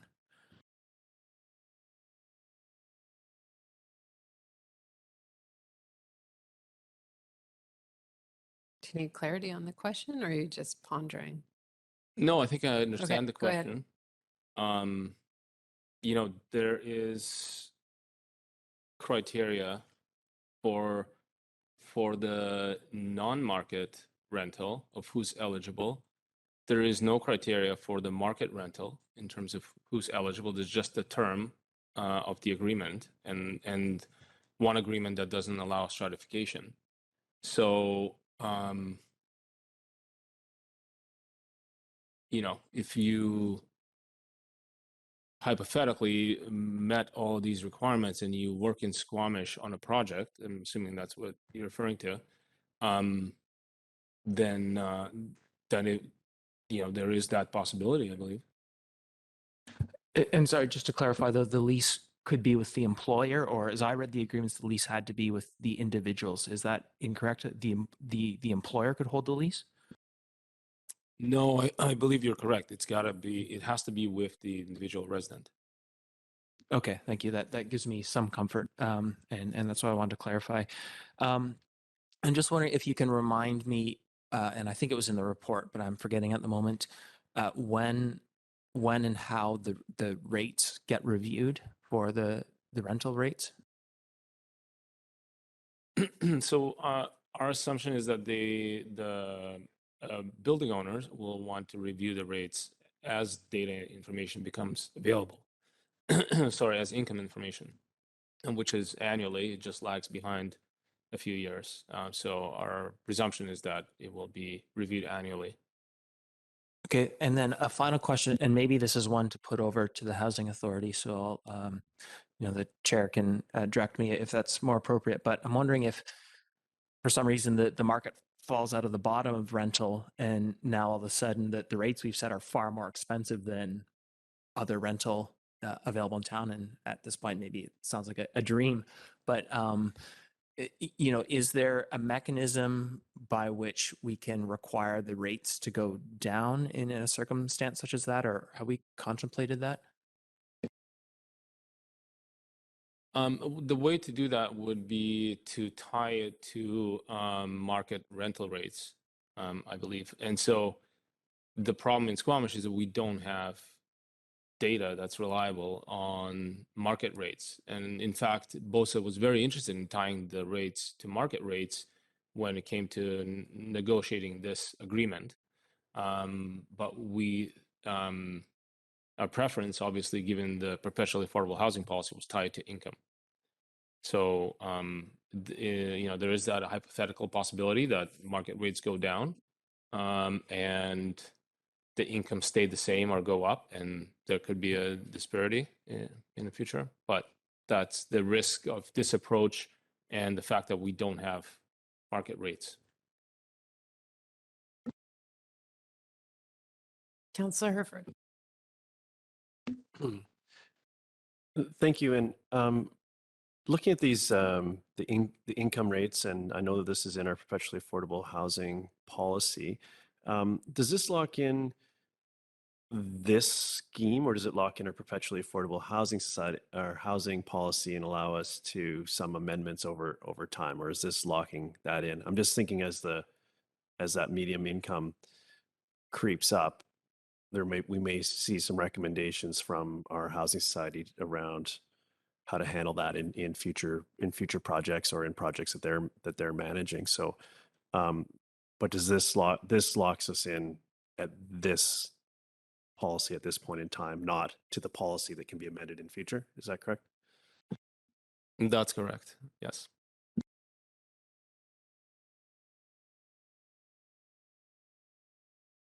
This is the challenge of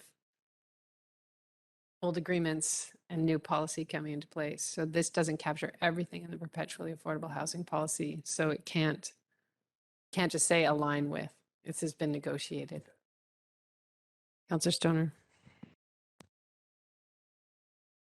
With that noted, I'm still going to ask a follow-up question on the junior one bedrooms. So if I'm at the low end of a single person income bracket, which is 31,000, 30% of my income for a monthly rent is $781, which is lower than the junior one bedroom rent up there. So was it contemplated in the negotiation to use the single person household income for that junior calculation? Through you, Mayor.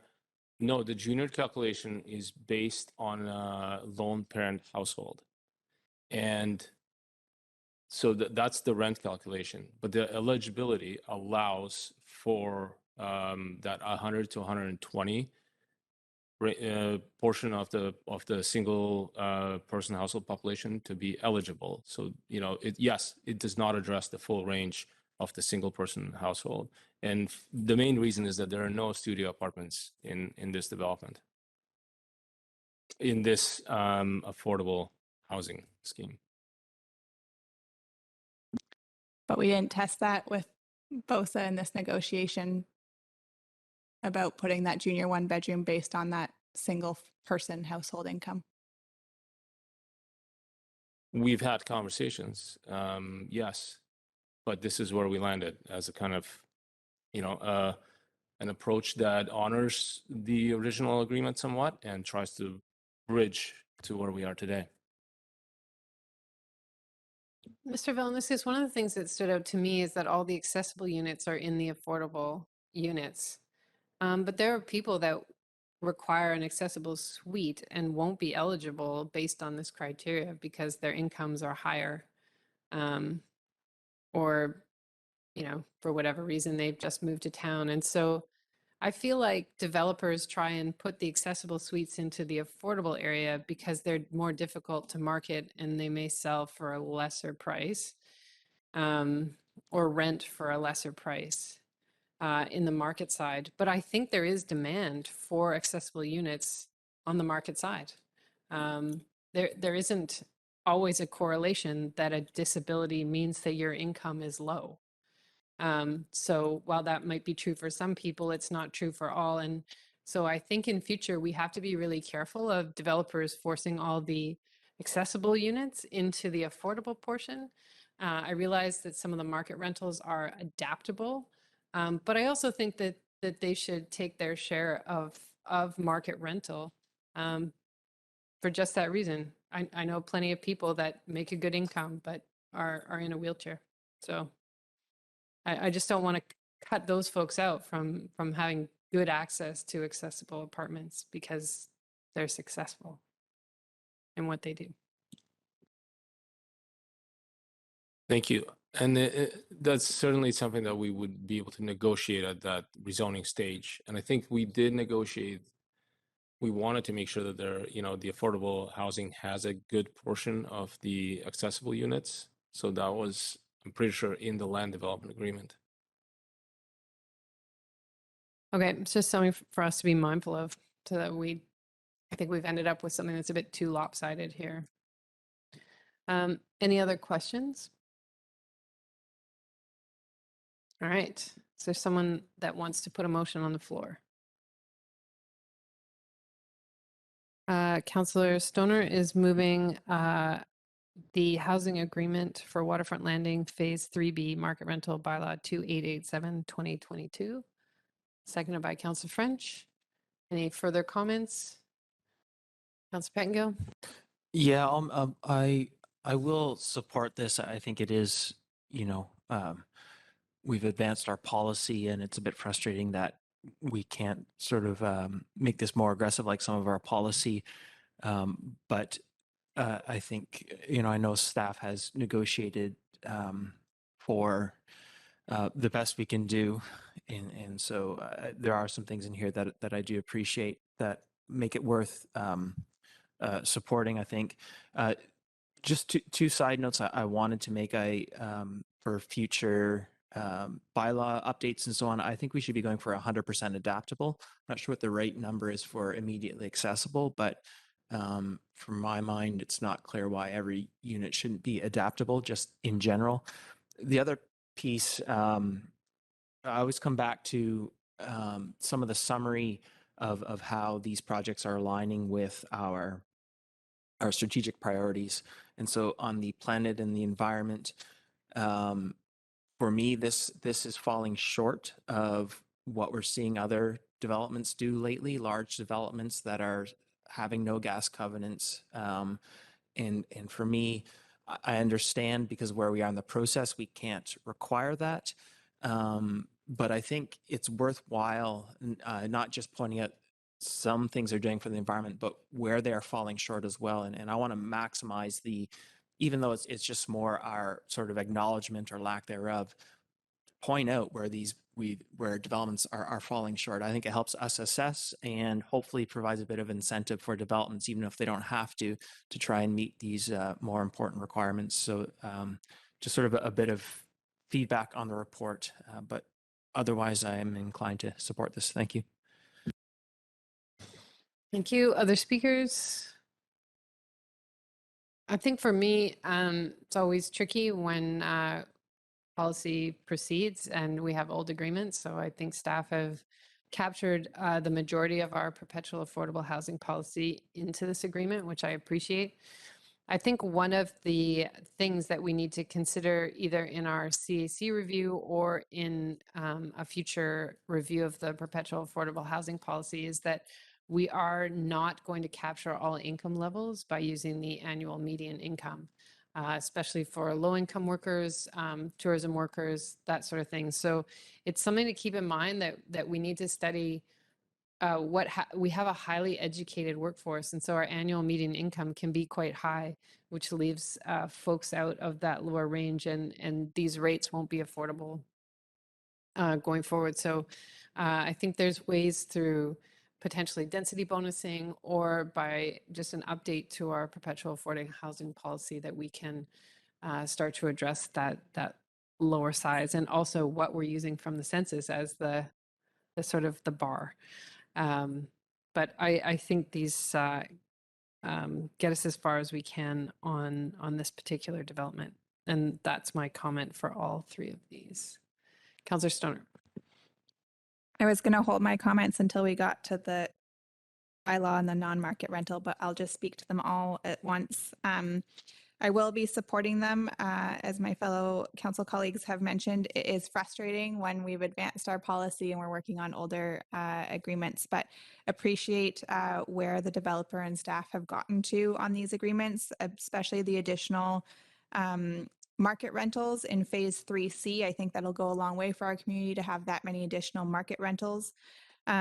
The non-market rental component is a challenging one when we see the permitted monthly rents, and I think a lot of folks will look at those and say, well, that's not really as affordable as I would have expected them to be. I am happy to see that they are geared to income, and that's from our perpetual affordable housing policy. And I think that is a better way to set affordable rents, is based on income rather than market rates. And going forward, looking forward to trying to find more spaces where we can get 1-bedrooms and studio suites where we can start to address that lower end of the single person household. Appreciate that wasn't available in these negotiations, given that they came around back in 2017 before we had our policy in place. So I will be supporting this. But looking forward to reviewing our perpetual affordable housing policy as we start to learn a little bit more about how it actually applies in practice. Thank you. Councillor French. Thanks, Mayor. And I'll speak also to all three. These two apartment buildings are going to create new daycare spaces that are desperately needed. 55 affordable rental housing units that are also desperately needed, along with rental housing that is in demand. And based on what we've experienced over the last few years, the housing units I expect will be occupied the day that the paint is dry. The daycare spaces are already basically filled, as we see with the long waiting lists that exist with our current operators. And the buildings are going to be constructed to step code 3. Electrical vehicle charging stations are in abundance in this plan. And out of reading the package, I'm finding myself more and more frustrated with the term affordable. It's an outdated term, and I much prefer the phrase below market, simply because there's so much debate out there of what affordable is. Below market's way more definable. So I support all 3 of the items in front of us. Thank you. Councillor Herford. Thank you. I'll be speaking to all 3 of these, as others have. I'm supportive of. I'll be supporting all 3. I think it is frustrating dealing with a land development agreement and needing to and not being able to get kind of all the way where we'd like to be in some cases, push beyond policy, which seems to be where we like to exist as these things sort of as our understandings develop. But given those constraints, I think we've reached a reasonable point with, and I commend staff for working with the developer to get us here. So yeah, thank you very much for that work, and I'll be supporting all 3. Thank you. Okay, seeing no further hands, I'll call the question. Any opposed? Motion carries. So on the District of Squamish Housing Agreement for Waterfront Landing Phase 3C Market Rental Bylaw 2888, 2022. Moved by Councillor Herford, seconded by Councillor French. Any comments? Call the question. Any opposed? Motion carries. And finally, District of Squamish Housing Agreement for Waterfront Landing Phase 3B Non-Market Rental Bylaw 2889, 2022. Moved by Councillor French, seconded by Councillor Herford. Any opposed? Motion carries. Thank you very much, Mr. Valaniskas. Councillor Herford, could you call Councillor Reese back into the room? He's out there.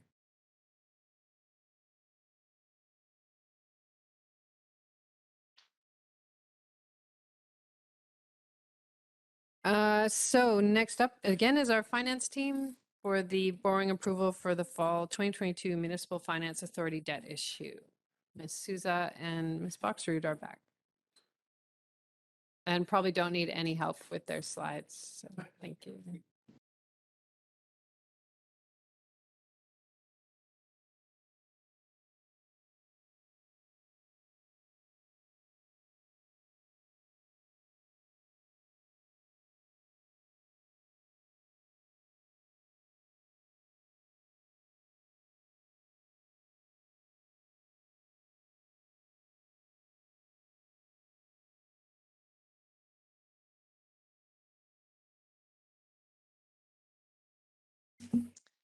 Hello again, Mayor and Council. My name is Rianne Sousa, and I'm the Director of Financial Operations at the District.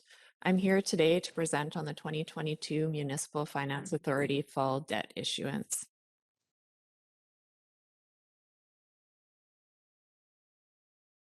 The goal today is that Council approves borrowing from the Municipal Finance Authority of BC as part of the 2022 fall borrowing session for expenditures incurred for capital works. For Council and the public's background, the Community Charter of BC states that a municipality must not borrow money under loan authorization bylaw unless the financing is undertaken by the applicable regional district, and that Council resolution is required to initiate a request that the regional district proceed with a security issuing bylaw. The BC government mitigates borrowing risk by capping the annual servicing cost to 25% of eligible municipal revenues. The district's long-term financial plan and guidelines further mitigates borrowing risk by capping the district's debt servicing costs to 20% of eligible municipal revenues. The debt district staff are seeking to issue has been authorized both by loan authorization bylaws and in the 5-year financial plan. Now that expenditures have been incurred, we need to issue the authorized debt. District staff are seeking to issue debt of, I'll round this to the nearest thousand, but the dollars are up on the screen. Issued debt of $939,000 for capital expenditures incurred for the technology transformation project, $1,018,000 for capital expenditures incurred for the Peninsula Road Oceanfront project, and $7,737,000 for capital expenditures incurred for Fire Hall Number 1. Generally, we try to align our debt term with the useful life of the asset. Therefore, we're recommending a term of 10 years for the technology transformation project debt and 20 years for the Peninsula Road debt and for Fire Hall Number 1. The MFA interest rate at the time of publishing this report was 3.65% for 10 years and 3.97% for 20 years. Thank you for your time, and I will now turn this over to Council for discussion and questions. Thank you very much. Council, any questions? Ms. Boxer, one of the questions I had is why MFA for buildings like a fire hall doesn't allow for a term longer than 20 years. The life of a fire hall would be much longer than that, and it would be interesting to try and borrow for longer than 20 years against that asset. So just curious if there's a reason. Through you, Mayor, the MFA does actually allow you to borrow for longer than 20 years, up to 3 years, I believe. And I think that's the maximum, but it's in very rare instances that they do. The reason for that, as far as I understand it anyways, is the structure in which they build their bond issuance. So it would, because it's rare, it would be difficult for them to pool multiple municipal assets in order to do so. So something we can look into, but again, it could be problematic in terms of the rate might be quite a bit higher as well and difficult, and it's rare to do. Thank you. Council, any other questions? All right. The staff recommendation is on the agenda. It's very lengthy, but it is the debt issuance for the TTP, the Peninsula Road Phase 2, and Squamish Main Fire Hall in Ballycliffe. Do I have to do these separately? Oh, I do. They're separate bylaws. Shoot. So the first one is for Technology Transformation Project Capital Works, Loan Authorization Bylaw 2774-2020. Moved by Councillor Stoner, seconded by Councillor Race. Any opposed? Motion carries. The second one is Squamish Peninsula Road Phase 2 Capital Works Loan Authorization, Bylaw number 2775-2020. Moved by Councillor French, seconded by Councillor Race. Any opposed? Motion carries. District of Squamish, Squamish Main Fire Hall, Ballycliffe Capital Works Loan Authorization, Bylaw number 2777-2020. Moved by Councillor Herford, seconded by Councillor Anderson. Any opposed? Motion carries. Council, do you need a 5-minute break before the consent agenda, or do we power through here? Or power through. Okay. So we are on item 10. Thank you very much, finance team. So we're on the consent agenda. Item 10, anything in this consent agenda which presents a conflict of interest for a council member, or any items you wish to be debated or voted against separately should be removed at this point. So is there anything you want to remove? I wanted to pull out item 7 from correspondence, the UBCM meeting requests. Councillor Pettengill? Item 3, please. Councillor Anderson? Or regarding methane use for buildings.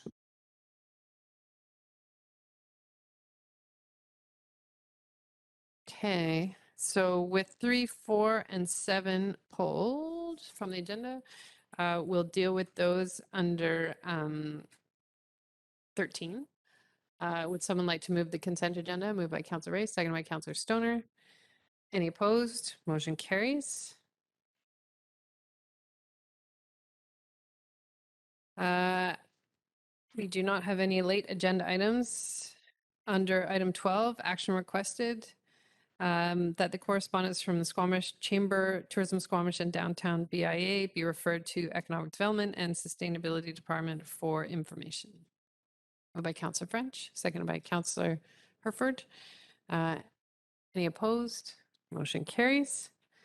All right. Letter 3 was Councillor Pettengill. Do you wish to speak to that? Yeah, I just wanted to move to refer this to staff. That is seconded by Councillor Race. Any opposed? Motion carries. Councillor Anderson, you pulled letter 4 from Mr. Dearden. Thank you, Mayor Elliott. I'd like to move that this letter be referred to staff, and this would presumably be our sustainability manager. But I'll leave that to staff to sort. So that's my motion, and I'll speak to it. That is seconded by Councillor French. Go ahead, Councillor Anderson. Yes, we are in the biomethane business in that we've installed landfill gas capture infrastructure. We also have other organizations, school district, for example, and other examples of bioenergy installations in the community. I think it's healthy to consider alternative points of view on the environmental aspects of biomethane.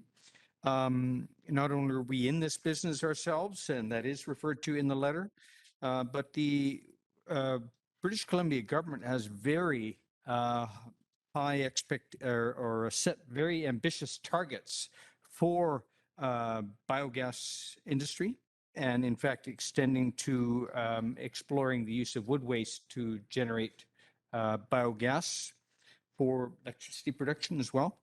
So it's just a matter of our keeping in touch with the dialogue on an important topic and encouraging our staff to do the same.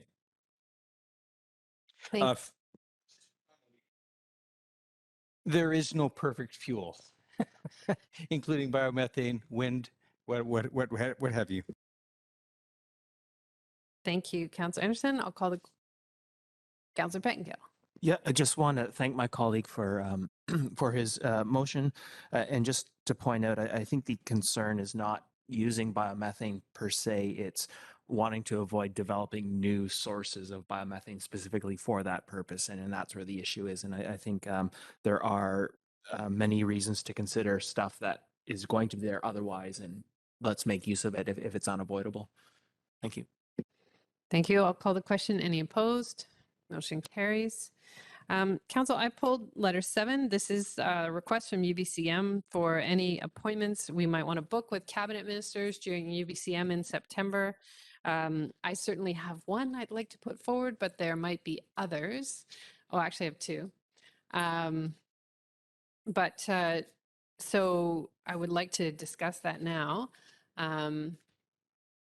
So the first is that I would like to request a meeting with the Minister of Municipal Affairs to talk about our AAP experience.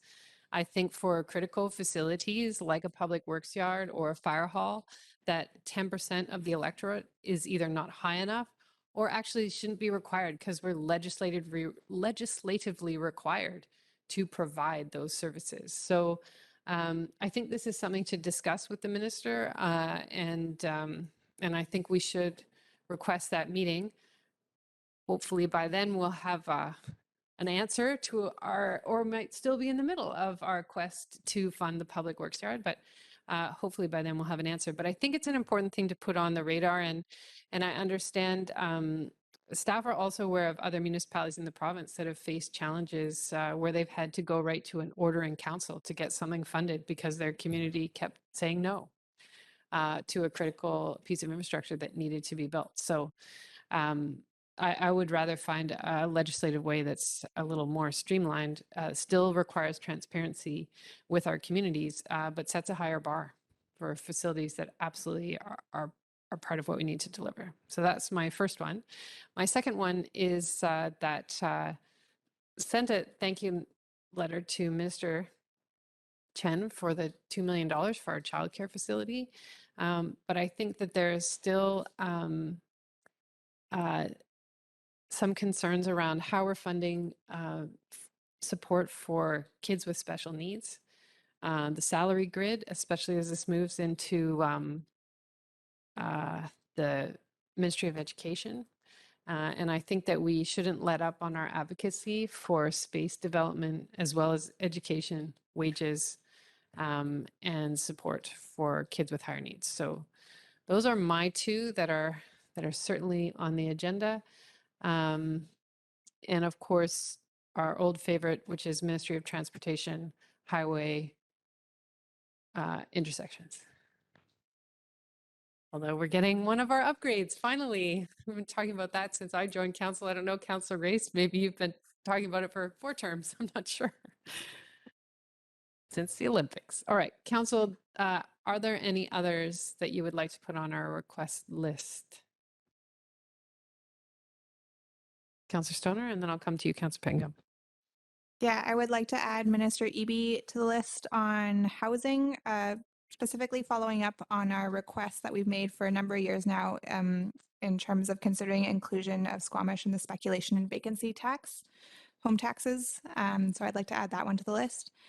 And I don't think this one should actually come from Squamish, but I want to just put it on your radar, Mayor Elliott, for a request to Minister Dix following up on master planning process and hoping that you can bring this forward with Chair Ford from the Sea to Sky Hospital Regional District, as well as expansion at Hilltop House. We heard some details from VCH at their AGM last week on both those matters, but I think some political advocacy on them both would be helpful at this point.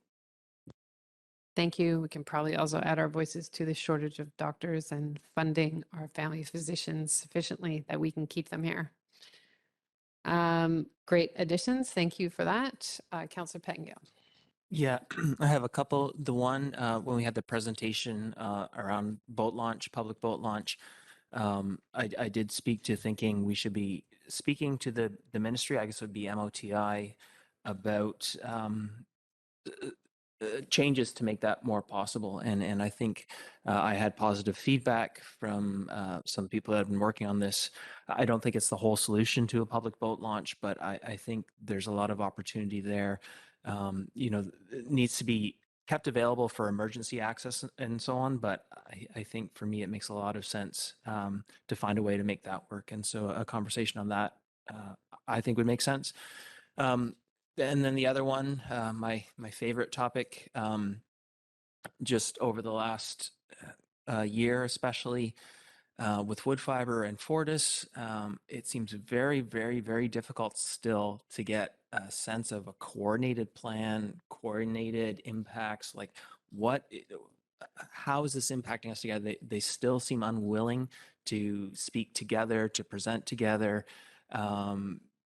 There are still so many challenges with these projects, and I'm finding it very difficult to get information and to get a coordinated picture of what's going on. And so I think a conversation, and I understand it's a bit of a repeat conversation, but with the ministry saying like, help us out here, help us get some good information, a complete picture. Thank you. We have met with the Minister of Environment and his staff in the EAO, but there's no reason we can't emphasize that issue is still not resolved, despite some pressure on their side, certainly continued pressure on our side. The other one that we could follow up on potentially, and I'm open to conversation here, is that we did request a meeting last year about expanding BC parks or potentially moving some of the rec sites into the BC park system. And also, I think the model that our staff have developed around visitor management with getting all the partners to the table is one that is proving to be very successful and would be helpful to share, I think, at the provincial level. They were meeting bi-weekly last year. Now they're meeting weekly just for like a half-hour brief stand-up call. And all of our user groups are now at the table. It's really working very well. And I think that's something that we could take again to Parliamentary Secretary Green, I believe, is in charge of BC Parks. So that's another one to consider there. So we have till the 24th to submit our meeting requests. We can't submit them all. And so I would anticipate that we'll get a brief description of each request, bring those back at a meeting prior to the 24th deadline. We'll have to prioritize them, Council. We won't get them all. But I think that was certainly a healthy list, and we'll have to maybe figure out which one's our top ask before we go to UBCN. So thank you. Councillor Bettingill?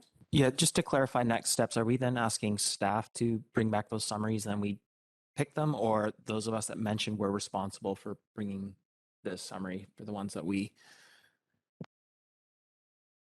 Ms. Arthurs? Previously, the council members did sort of a summary of what's going to be spoken about at the meeting. And if it gets approved, staff that are involved put together a little briefing package of factoids and information.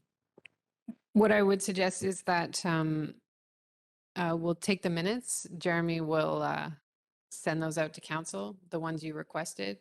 He can provide information on our previous meeting asks to help you out. And then we just need a short, like 2 or 3 sentences on the ask for the summary. Okay, motion to receive that letter, moved by Councillor Stoner, second by Councillor Race. Any opposed? Motion carries. Nothing under item 14. Any business arising from the minutes, council? Seeing none. Nothing under item 16. Nothing under 17. We did not have any unscheduled public attendance. There's no one here to ask questions during open question period, unless there's someone online still. There is not. All right. Any council or staff announcements? Councillor Stoner? I have a few. Looking back to the past week, Under One Roof last Thursday had their open house. I know Councillor Pettingill was there. I saw Mayor Elliott, and so Councillor Herford was there, and maybe some others. It was a drop-in style, so I didn't see you all there. I came quite late after I put Ainsley to bed, but it was a fantastic event. A number of different organizations there chatting. The clientele of Under One Roof. There were mocktails and just a really good energy across the entire evening, and great to see so many people out. I will note that the Street Reach program is still looking for volunteers. They're trying to get to 100 volunteers, and it doesn't really take much. They're looking for a commitment of once a month for a 3-hour shift. So I thought it was a weekly commitment, but they're really just looking for you to participate once a month in a team to walk around the downtown core and help folks that maybe need a little bit more help, but also work with the community to help integrate just more broadly under one roof with the neighboring community. So if you have 3 hours a month, they would love to have some of your time. I also want to flag another volunteer opportunity with the Howe Sound Secondary School Farm. They are looking for folks to help come do some gardening every Wednesday night from 4 to 7. It's a bit of a drop-in event, so if you have some time and you want to garden, that's a great opportunity. And last but not least, on Saturday coming up is the Reuse It Fair is back after 2 years of not being around. So that is very exciting to see that event come back, and I hope to see you all there. Councillor Pettingill? Yeah, a couple things. One, we also got to attend the Public Works Yard tour or open house, and really great event. Different, still lots of kids though, which was fantastic. I do try, and if I'm not familiar in person with some of the things that come before us, to get out and have a look. Public Works, we'd been through the tour before, so I was sort of relying on memory. But during COVID, I guess my memory got a bit fuzzy, and so seeing it in person was really quite eye-opening. It is, quite frankly, a lot smaller than I recognize, and I see where staff are just really leveraging every nook and cranny, and still vehicles and necessary equipment doesn't fit. So for me, it really underscored the importance of the AAP and some of the work we're doing, and actually how creative and just fantastic our staff are in working with what they do have available at the moment. And yeah, just highlighted the need for that for me. One other thing, celebrated at my other job, and did a bit of a training on it, and there was some representation at the Under One Roof tables as well. It is Pride Month, and so Pride Squamish is there, speaking about all the things they do. Picked up a new hat for myself. I see Councillor Herford has his here, and so I think that's just important to recognize that June is Pride Month, and I think we're proud to be celebrating that in Squamish. And thank you for everyone at Pride Squamish who's driving that forward. Thank you. Seeing no other hands. Oh, there are. Councillor Anderson, then Councillor French. 2 weeks ago, I had the pleasure of attending the House on Secondary Scholarship Awards night to grant the District of Squamish Scholarship to two young ladies, Marley and Emily.